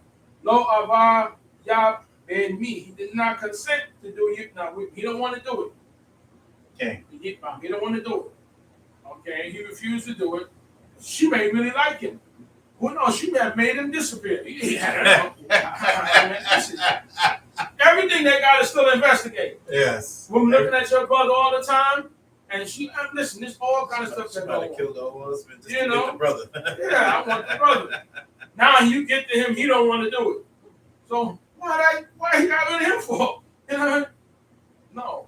Well, let's say it's an honest kill. He died naturally. She wasn't a black widow that killed him for insurance or what have you like that. The stuff they're going today. All right. Now he's obligated to do yipma, but he don't want to do yipma. He don't want to deal with it. So now she got to go to the elders and say he don't want to do it to raise up on she his brother said. 8 verse says, then the elders of his city shall call him and speak to him. And if he persists, so they gotta see. That's what I'm saying. It's not just clear where it's happening. No, they gotta talk to him. Maybe there's a reason why. Right. That's satisfactory. They can override certain things because they're the judges. Kohanim and the Levirate and the judges may override, but they gotta hear why. Why you don't want to do this? Mm-hmm. You know. So he has a right to what? Bring his cause to say why he don't want to do it. They got to hear him first. But then, if he persists and says, I do not wish to take her, then shall his brother's wife come to him in the presence of the elders. So now that's what's going to keep using this term. His brother's wife will come to him in the presence of the elders, right there for and pull his shoe from off his foot. So first she has the right, he can't resist this, he can't do nothing, he has to sit there, and she has a kalazah, she has to remove the alo, one of his shoes, and they didn't say which one, the right one or the left one, but people have their comments, but you take a shoe from off his foot, and spit in his face. Ooh, now look at this. God. Right? She takes his shoe from off of his foot with yarka and yarak and spits in his face. Yarak. Now, before now, your book says face. Most books says face. Torah says actually before him. So before him in his face, his verse it says Yabefanai. Before him. All right. Well, right. Actually Befanai or his face. For name, before face, before or face, but how you want to look at it, but she spits. Disgusting, but it's part of this particular ritual. All right. Then she shall further speak, and shall answer and say, Anata. So shall it be done to that man who will not build up his brother's house. Any man that don't want to build up his brother in that situation, because he might say, listen, my brother and I got different fathers. Yeah. Valid. So that doesn't apply. She already know it, but mama didn't tell. Daddy didn't tell what's going on. Because this whole houses have secrets. What? Yeah. We're not from the same father. Mm-hmm. But you don't know that. And so they say, mama's baby, papa's maybe. Let's say that's the reason. We don't know. But he has a right to respond. But whatever happens, the judges still say, well, you know what? That's not acceptable. You have to go through with the ritual. So she's going to spit, do her spitting. And then she further says, so shall be done to the man that would not build his brother's house. Now, 10th verse says, and his name shall be called in Israel, the house of him who has his shoe pulled off. So that's going to stay with him. That's the house of him. That guy. Yeah, that guy. He didn't want to bring up his brother's house. He's a house who his shoe has been pulled off.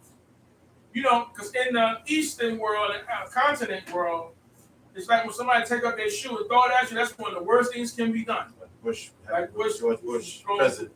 Somebody threw a shoe at Bush, take off their shoe. But it's like on the same line. You're taking off the shoe, but then you're spitting. Okay, a person. So where a lot of them take a shoe and they don't like it and throw it at you. It's supposed to, that's the worst thing. You're worse than anything to them. You took the shoe that you walk on. It's an insult. Well, we think somebody take your shoe and spit in your face or spit before you. Yes, insult. And you'll be called Nikra. Nikra in Israel, the man who has his shoe removed. Wow. 11th verse says, when men fight together, one with another, and the wife of one draws near to save her husband from the hand of him who strikes him. So she draws near to Hazil to rescue or save her Isha, and puts forth her hands and grabs him by his private parts. But in the position that she does, be careful, sisters. I want to bring this out. When men are fighting and she reaches forth her hand in my care and strike him or extends her hand, shalachat, and grabs his teketza, takes possession of, and grabs in the private parts, beam bushai, in his private parts, she grabs him. You know, people kick him in his private parts, all that other stuff.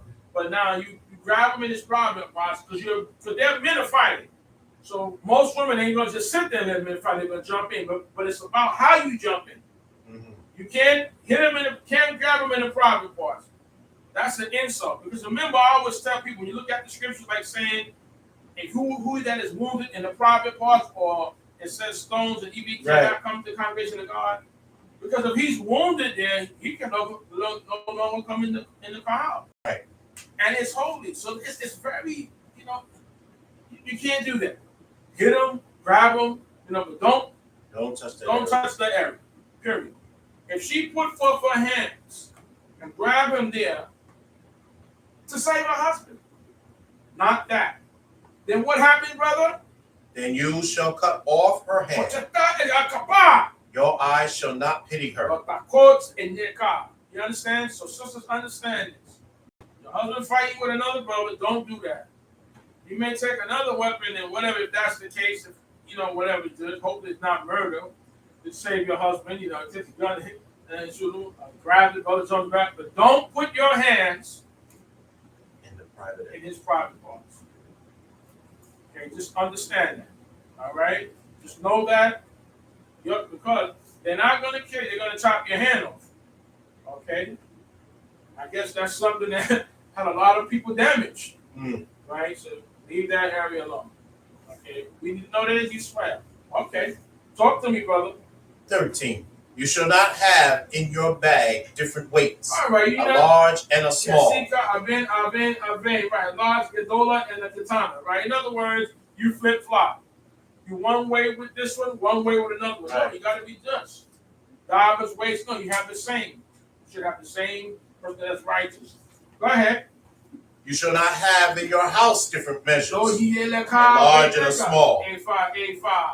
A katana, a measure, large and small. In other words, it's a metaphor of who you are. You flip-flop. You can't trust. You have to be just a long time. You're the same. Okay, justice. Go ahead. But you shall have a perfect and just weight. A perfect and just measure shall you have. All right. That your days may be lengthened in the land which the Lord your God gives you. Right. So when you do business, you have a good scale. There's justice. You don't, this is 2 pounds for you, it's 1 pound for you. No. Or in other words, just saying all together. Just be just and righteous. That what extends your life. That's part of what extends your life. Whether you do the birds, the animals, you know what extends your life with that. But with this, you have to be righteous. All right, upon the land that Yahweh your God gives you. 16 says, for all who do such things, and all who do unrighteously, are an abomination to the Lord your God. So you are an abomination when we do that. All right? We are aware, as some say, if we do that. 17 says, remember what Amalek did to you by the way, when you came forth out of Egypt. Go ahead, brother. How he met you by the way and struck at your rear all who were feeble behind you, when you were faint and weary, and he did not fear God. He didn't fear God. But why He said, why remember Amalek? We came out of Egypt, all those who were feeble and weak behind. Amalek came out and started killing us from behind, the weak ones, you know.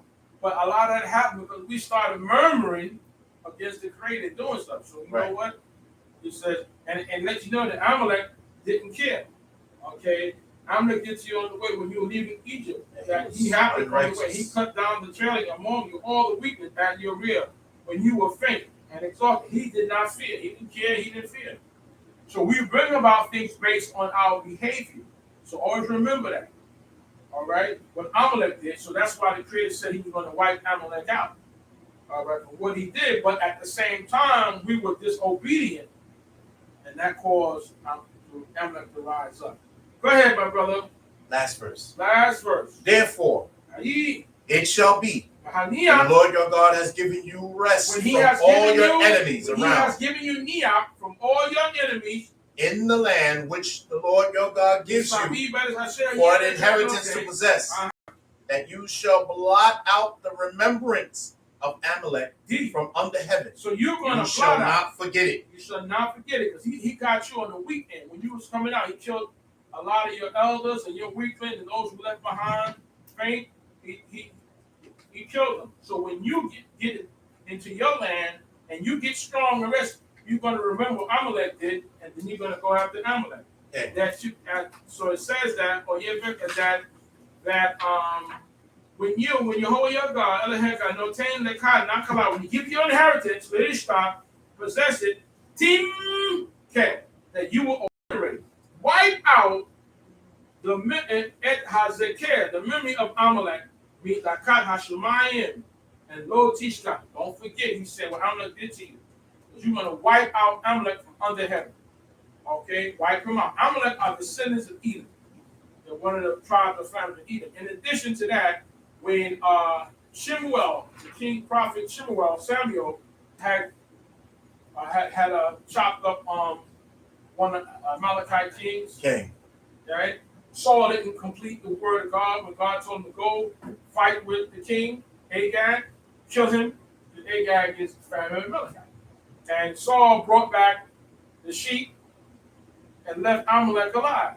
And God told Samuel, and I'm upset, you know, what Saul did. He didn't follow my commandment. So when he came back with Amalek and all the animals and all that, Samuel said, well, Samuel, what have you done? I mean, he said to Saul, what have you done, Shaul? He said, well, I followed the commandment of God. In his mind. In his mind, that's what he did. But he didn't. So Shemuel asked him, what are all the bleats of these sheep I hear in my ear? If you follow the commandment of God. So he said, well, you know the people, Shemuel. You know how the people are. Forget the people. What did God tell you to do? And where's Agag? So Agag came nice and humble, smart. And Shemuel said to Agag, you have made mothers childless and so forth, shall be done to your mother shall be a child. And Shemuel took a sword and chopped Agag up. That's what's written. He took a sword and he chopped Agag up. Okay. So that's why the Creator says, don't forget Amalek. All right, because Saul was sent to avenge what the Amalekites did to Israel. All right, because God don't forget me 100 years, 400 years, 800, it don't matter. All right, go get Amalek now. Go get the Midianites now. Saul didn't complete that, so Shemuel did that. Okay, and that's what that matter. Don't forget the Amalekites, what they did to you. We don't forget. Those Shakak, what people have done. Those nations done. And God don't forget. Yes. That's why they still pay even to this day. Please continue with the blessing. Baraka. Hallelujah. Hallelujah. Please all rise. Kumu. The blessing for the ending of the Torah. Hallelujah. Hallelujah. Baruch Shemo.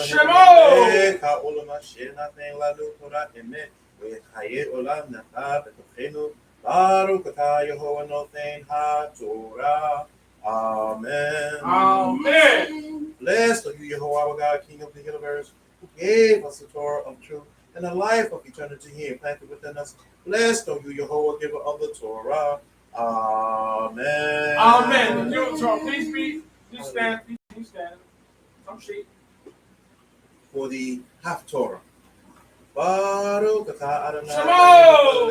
ha'olam asher baka b'nvi'im tovim v'razah v'devrachem ha'ne'emarim ve'emet.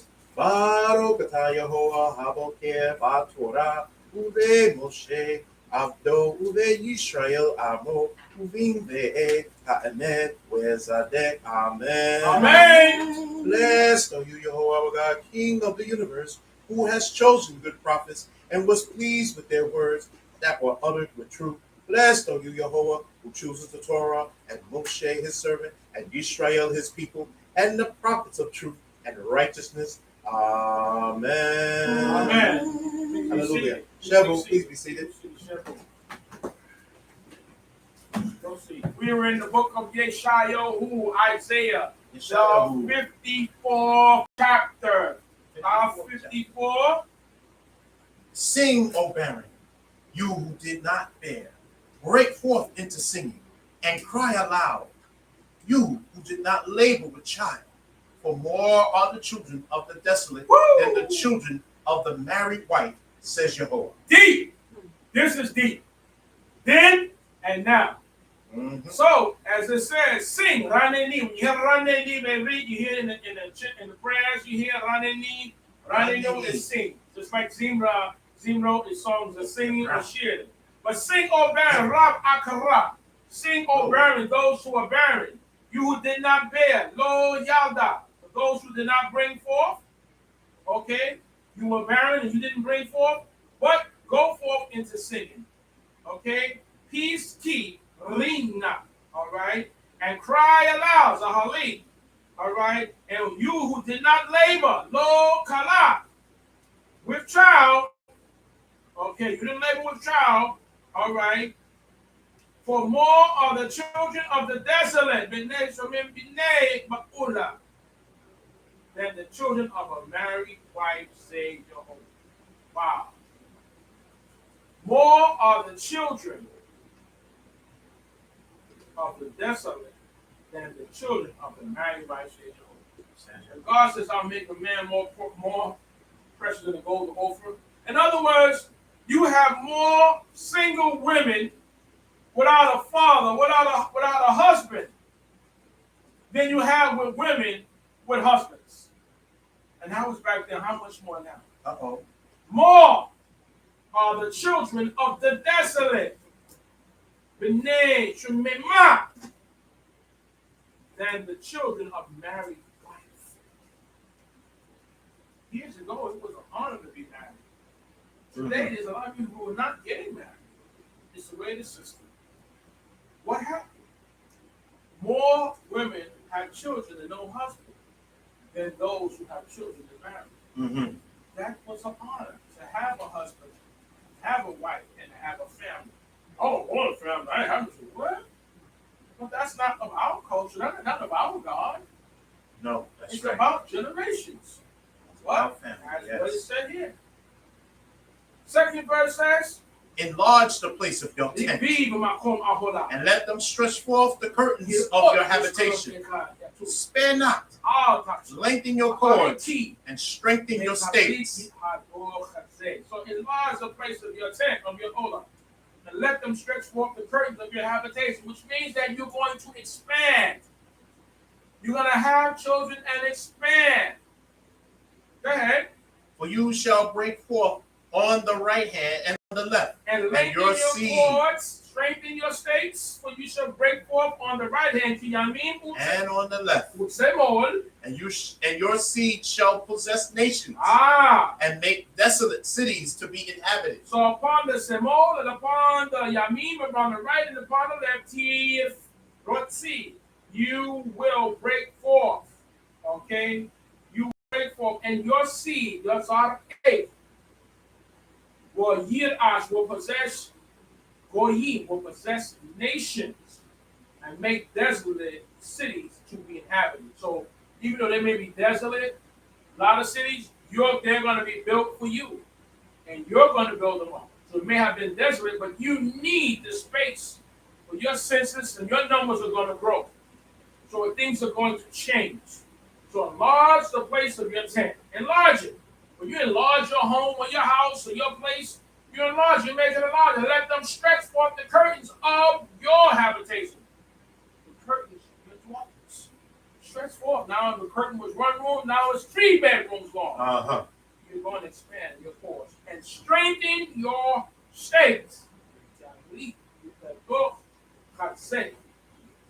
Strengthen your stake, strengthen your hand. You're going to be strong and powerful. Third verse says, once again, for you shall break forth on the right hand and on the left, and your seed shall possess nations and make desolate cities to be inhabited. That's right. So they're going to be fixing up stuff that wasn't fixed up for your possession, for you to grow, because you're going to have numbers. All right? You're going to possess nations. Their land, your land is going to expand. So you may so expand so long, well, what was their territory? Even this system in this country, be yours. It doesn't matter because it's over waters. This will be a part of it. Think it matters? Well, when you go to the Virgin Islands, and you go to Hawaii, and you go to Puerto Rico, they're part of America. Yes. But you got to go over water and islands, right? So the same way. They were once independent, but now they belong to America. So the same with you, where this will be yours. Say, all right, we back in the land, but America is out, still belongs to us now. We're there. And guess what? Those of you who go to your pilgrimage will get on your planes that you may own personally, or book a plane and fly to Israel. It could happen. You see? It could happen. When it tells you that you will possess nations, that's when you can control them. You'll be living in. Everybody know how to live in Jerusalem, but you'll get to Jerusalem how many times you want. But it's still under the creator of the universe. That's what it's letting you know. Okay. So you will possess them, and you will break forth with the right hand and the left hand. Your seed shall possess nations and make desert cities to be inhabited. That's how. So borders are going to expand whether they like it or not. Even now they tell you, oh, well, we don't want them over here, but next thing you know, wherever they don't want you, your borders start to stretch. So with their boundary in yours, even in here, this system, your borders stretch. There were places that we didn't live before, that we live now. We couldn't live there, but we're there now. Even if we moved in, they say, hey, we're moving out. All right, you move out, but see, 1 of us, 2 of us, 3 of us, we're expanding. Because we're the people of God. See, you can't do Torah and not expand. That's what I'm trying to say to you. You must expand. You must proliferate. In people, in business, in substance, in spiritual, everything expands for the good. So you need space. We're living on top of one another. We're going to expand. We got land. We need land. We need space. And guess what? We're taking yours. You don't serve God, so therefore now you either have to sell it or you're going to be pushed out. Because that's what they did to us. You see, you will inherit possess nations. Your borders will expand. The Torah told you that years ago when you first read it. Your borders are going to expand. Continue, brother. Fear not. Fear not. I'll tell you. For you shall not be ashamed, neither confounded. For you shall not be put to shame. For you shall forget the shame of your youth, and shall not remember the reproach of your widowhood anymore. So you're going to, of your widowhood. In that state, as a widow, you have no husband, or you are a woman with no husband, but you have child. Because usually, in years of yore, you were embarrassed.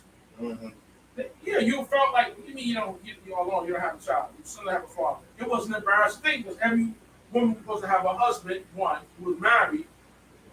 All right? Mom would say, you shacking. You ain't doing anything. You shacking. He put on one top, you shacking. You ain't married, you shacking. So that was an embarrassment. So when she said, like Beyonce, put a ring on it, right? Yeah, that was because you stood up when they married. Well, the same thing. God said, don't be ashamed of your condition now. Because it's going to get better. You're going to have a husband with a child. You're going to get married. You're going to have a family. Okay? Back in the days when you went to rent certain apartments and things, they wouldn't rent to you if you came in single. Right. You had to get your brother who played your spouse to get it. A lot of places wouldn't rent. That's how it was back in the days. It was an honor system even here. That's why most presidents, all presidents, got to have wives. You might make a governor or mayor single, but if you were the president, you better find a wife like the other president did. Yeah. You know what I'm talking about. All right? Yeah. I mean, even if she's not really, I mean, this is a certain picture they want to present. That's why. The things that they've done to us, our poverty, our parents, having to get on the system, I said, don't be ashamed of that. Okay? Fear not, don't be ashamed. Because a lot of that was instituted by systems. Even though they designed you to be single parents, they didn't want the husband to support the parents. So you were able to get on the system so that you won't depend on your husband or your ish. That's what they wanted. In the same way in slavery days, that's why they ended up selling you a moving up. But they didn't want you dependent on the husband who fathered the child, or they used them as mating tools around the different plantation. But they didn't want to support you dependent on the slave master. It's designed. Because that breaks a nation. So all those type of things were designed like that. And they carried on right after that. Continually. You know, because if all men understand, you're supposed to be responsible for whatever you put here. Okay. Okay? So don't worry about paying child support. That's what you're supposed to pay and do. And not just money. You need to spend time with them and teach them and tell them, you know. That's what's supposed to be. You're supposed to have a strong family. You can't have a strong family if it's not. It's not children that are damaged. Broken households and this and that, not being able to, where's my house? Not keeping away, he's just not there. That's not how you do that. You have your sons and your daughters, you visit them, you make them strong. Even if you're not in the house. It's a family and it's God's family. So we got to fix it because we're broken. Okay? But we're not going to be ashamed because a lot of that was also plotted against us to make it like that. Right. There's strategies. Let us deal with the wise that systems use. It's necessary for you to be down and backwards. Don't be wearing your pants down your ass backwards. Because in order for them to rule over you, you have to be backwards and weak and poor and distressed and miseducated. Because you can have all your degrees and still be backwards and be a $40 million slave. Mm-hmm. That's right. Because they will train you and educate you to their best interest, not to yours and your people. You must understand it. And that's why, as I said earlier, it's necessary for you to have your schools.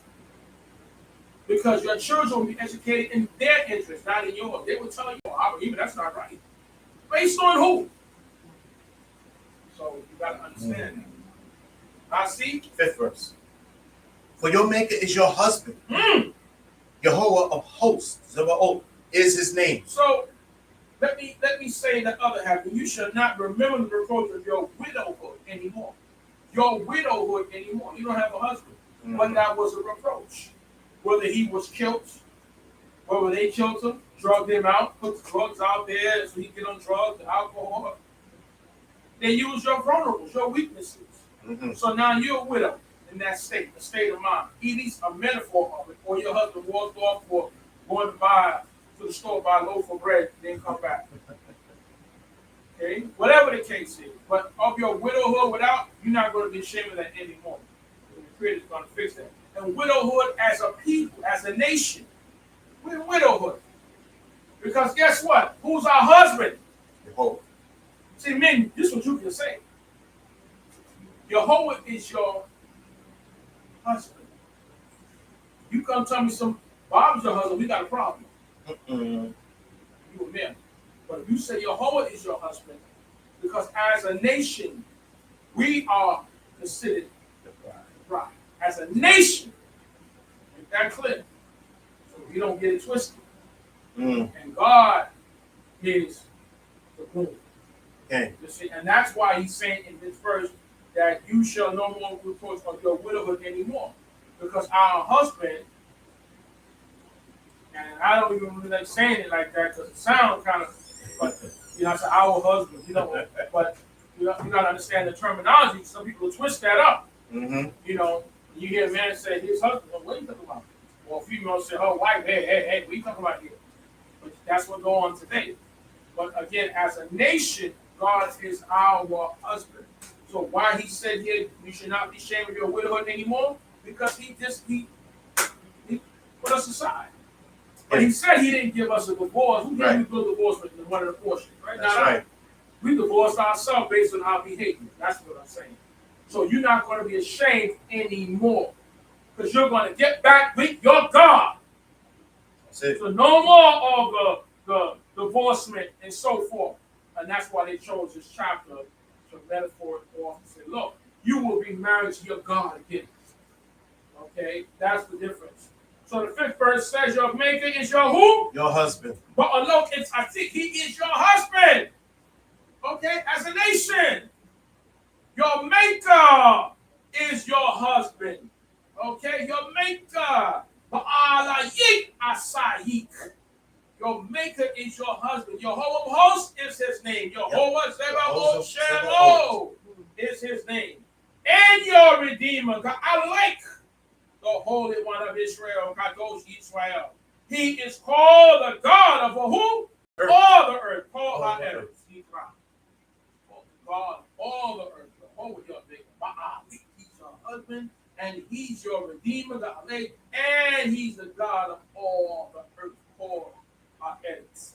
D. 6th verse says, for Jehovah has called you as a woman forsaken. You understand now? You understand your widowhood? What he's talking about? You go back up in the 4th verse, the 3rd verse, the 2nd, and the 1st verse. The more is the children of the desolate than the children of the married wife. Conditions true in fact initially as well as metaphorically. Because metaphorically is our husband, is the creator. So in that 6th verse, for Jehovah has called you as a woman, Keisha, Atsufa, forsaken and grieved in spirit, Atsufa, but a wife of youth. But a wife of youth. See the difference, Jehovah, Eshet Ne'urim, a wife of youth. Okay. Can she be rejected? Question. Can she be rejected? So, for Jehovah has called you as a woman forsaken. As a woman forsaken. He's called you as a woman. And not only she's forsaken, she's grieved in spirit.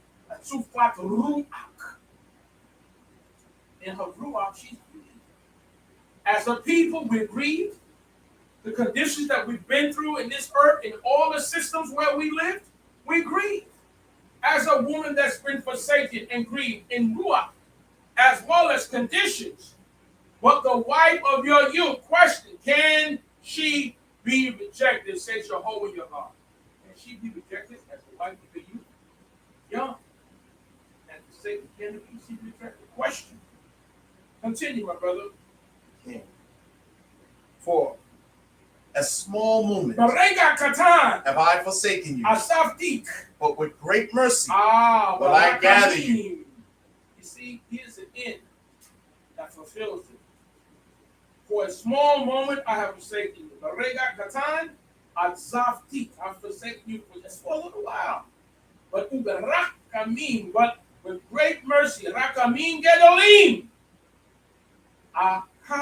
it's safe, I will gather you. Us as a people. Okay? I will gather you with great gatherings, people.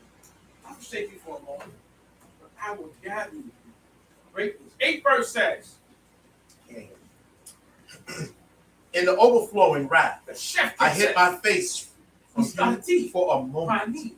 But with everlasting kindness will I have mercy on you. Wow. Says Jehovah, your Redeemer. So I hid in the overflowing wrath, I hid my face. I hid my face. I hid my face from you. All right, for a moment. But with everlasting kindness, I have mercy on you. You make said, everlasting kindness. That's what you want, kindness. We haven't been treated kind by the systems, but with everlasting, not just for a moment, but everlasting forever. That's how you're going to be gathered. The Chesed Olam, everlasting kindness. I will have what? Mercy. And thus says Jehovah, your Redeemer. That's your only Redeemer. That's your only Savior. Jehovah Elohim. Okay? I have mercy on you, says Jehovah, your Redeemer. 9 verse says, for this is like the waters of Noah to me. For just as I have sworn that the waters of Noah should no more go over the earth, so have I sworn that I would not be angry with you, nor rebuke you. See, like the waters of Noah, like the promise I made in the waters of Noah, the oath that I made with the earth, not to have that type of condition happen again totally. Nishbati, I have sworn aboard that I will not pass over Noah, or also, as I have sworn that the waters of Noah should no more go over the earth, have I sworn that I will not be angry with you, nor rebuke you. Nishbati, but me, I will not rebuke you. So God has his promise. He prepares you, he's kind to you, and he delivers you from all the toxins that we are in, and the conditions that we, and even the ones we put ourselves in. 10 verse says, for the mountains shall depart, and the hills be removed, but my kindness shall not depart from you, nor shall the covenant of my peace be removed, says Jehovah, who has mercy on you. For the mountains shall depart, mountains will dissipate, hills will be removed. But my kindness, Israel, but my kindness shall not depart from you. Wow, that's deep. My chasdi will not depart from you. My kindness from you, lo yamush, will not be removed, says Jehovah, who has mercy on you. All right, who has mercy on you. Amar, ka, Jehovah. Yeah. He has mercy. So mountains will get out of the way. Hills removed. But my kindness for you, Israel, will not depart, nor shall the covenant of my peace be removed, says Jehovah. So you tell all the people that say that, hey, we no more. Tell them about this. Tell them read that. Hallelujah. Tell them out in his dome. Tell them to read that. What God said. Yeah, we're going through something. We've given, as we said, last Parashat was giving that stagnant wine to drink. God took it from us and he gives the nation. Oh, we've gone through some things. We've been guilty. One thing about us, we're going to admit we did wrong, and we do wrong. We never let other people say that's not, yeah, we did it. And we own it. But we change. We move forward. It's not the falling down, brothers and sisters. It's the getting back up. You got to look at it.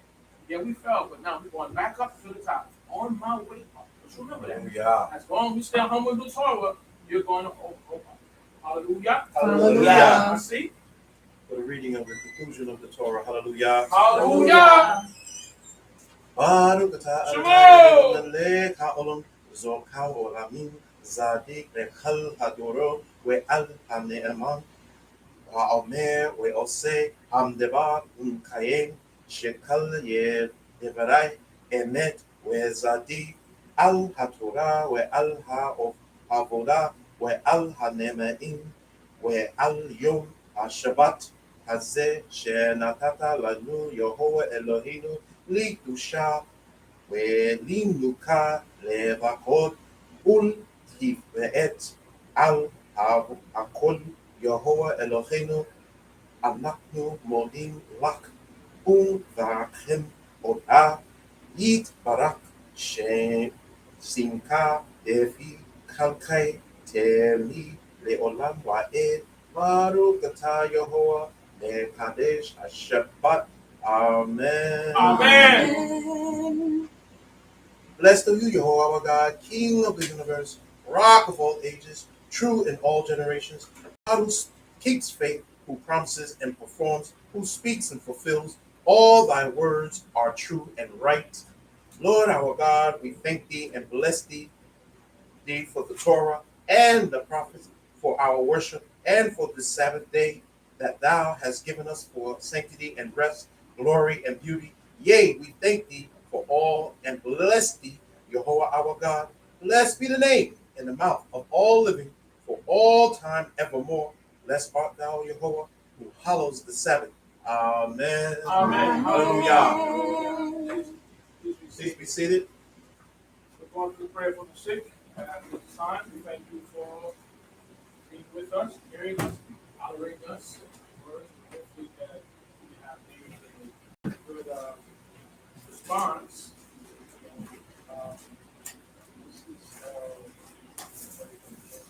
Yes. Yes. As we go forth with the prayer for our sick and those in mourning, it says, if I ain't known Jehovah when he wash it. Moshe no when he wash it. It's a ila take no ata a lay before wash it. For my container. He ed Amalek or Faye Aman Rakaman ata Baruch atah Israel. Amen. Amen. Heal us, Jehovah, and we shall be healed. Save us, and we shall be saved. Amen. You are the one we praise, bringing complete healing for all our ailments. You are a God and a King that is faithful and compassionate. Blessed are you, Jehovah, who heals the sick of your people. Israel. Amen. Hallelujah. For the families of those that are in mourning of the males, for Rashad Diaz, Prince Aziel, and for Ishmael Lewis, for the families of the females that are in mourning. Our Ima Leah Poinsett, our Ima Nasia, our Ima Kaila's family, for the family of Mary Milagros Thompson, and for Juliet Francis Young. Hallelujah. For the males that are sick, Adon Kaim Baruch, our Chief Meshulam, our brother Freddie Washington, our brother Ben Washington, our brother Vicus, Jace Josiah Braley, our Derek Griffith, my Uncle Junior Gray, our brother Greg Kimball, and brother Gary and Jesse M. And for the females, to Anissa, wife of Daniel, our Ima Davida, our Baju, our Radina, my Ima Melka Zebulon, our Gavedet Zavadia, our Gavedet Sheila, our Princess Razina, our Elder Priscilla Robinson, our Ima Yehudit, and for all the congregations, to our congregation of DCB, our congregation of Shaare Habri, our Beni Adat, congregation of Shema, the congregation of Beth Elohim, the congregation of Beit Shalom, the congregation of Beth Tekiah, the congregation of Chicago Beth Shalom Dinazakin, congregation House of Israel, for Goshen, the congregation of Hashaba, the congregation of Sheva, all the congregations that have not been mentioned, we continue to pray for each and every one of you. Hallelujah.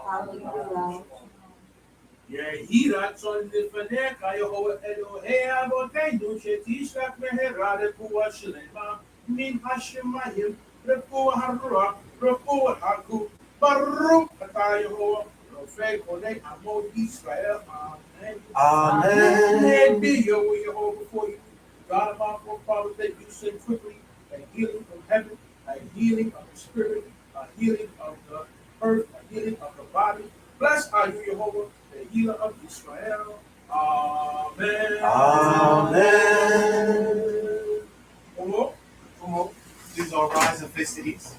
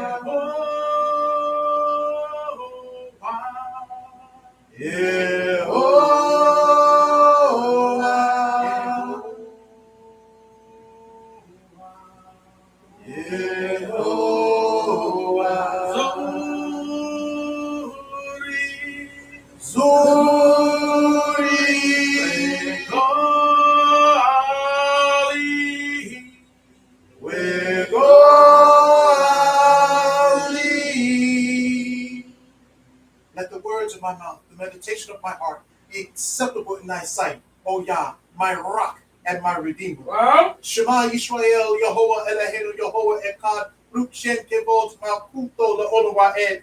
Hear, O Israel, the Lord our God is one. Blessed be his glorious kingdom forever and ever. B'ten Kavod, we pay homage Elohe Abraham, to the God of Abraham, Elohe Yitzchak, to the God of Yitzchak, Elohe Yaakov. to the God of Yaakov. Hallelujah. Hallelujah. Hallelujah. Hallelujah. Hallelujah.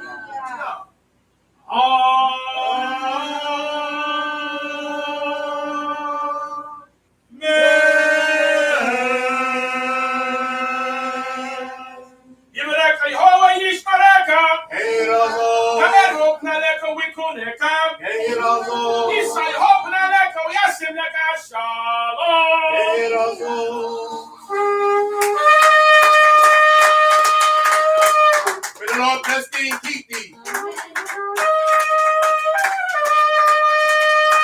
May the Lord take his face and shine upon thee and be gracious unto thee.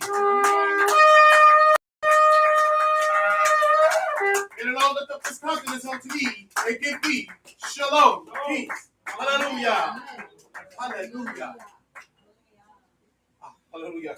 Once again, we are thankful to be alive and well in this blessed day. We thank each and every one of you for coming, and for those who tuned in to us, we're ever so thankful. We'd like for you to all, if you wish to reach out to Shaare Shamayim. That's ShaareShamayim.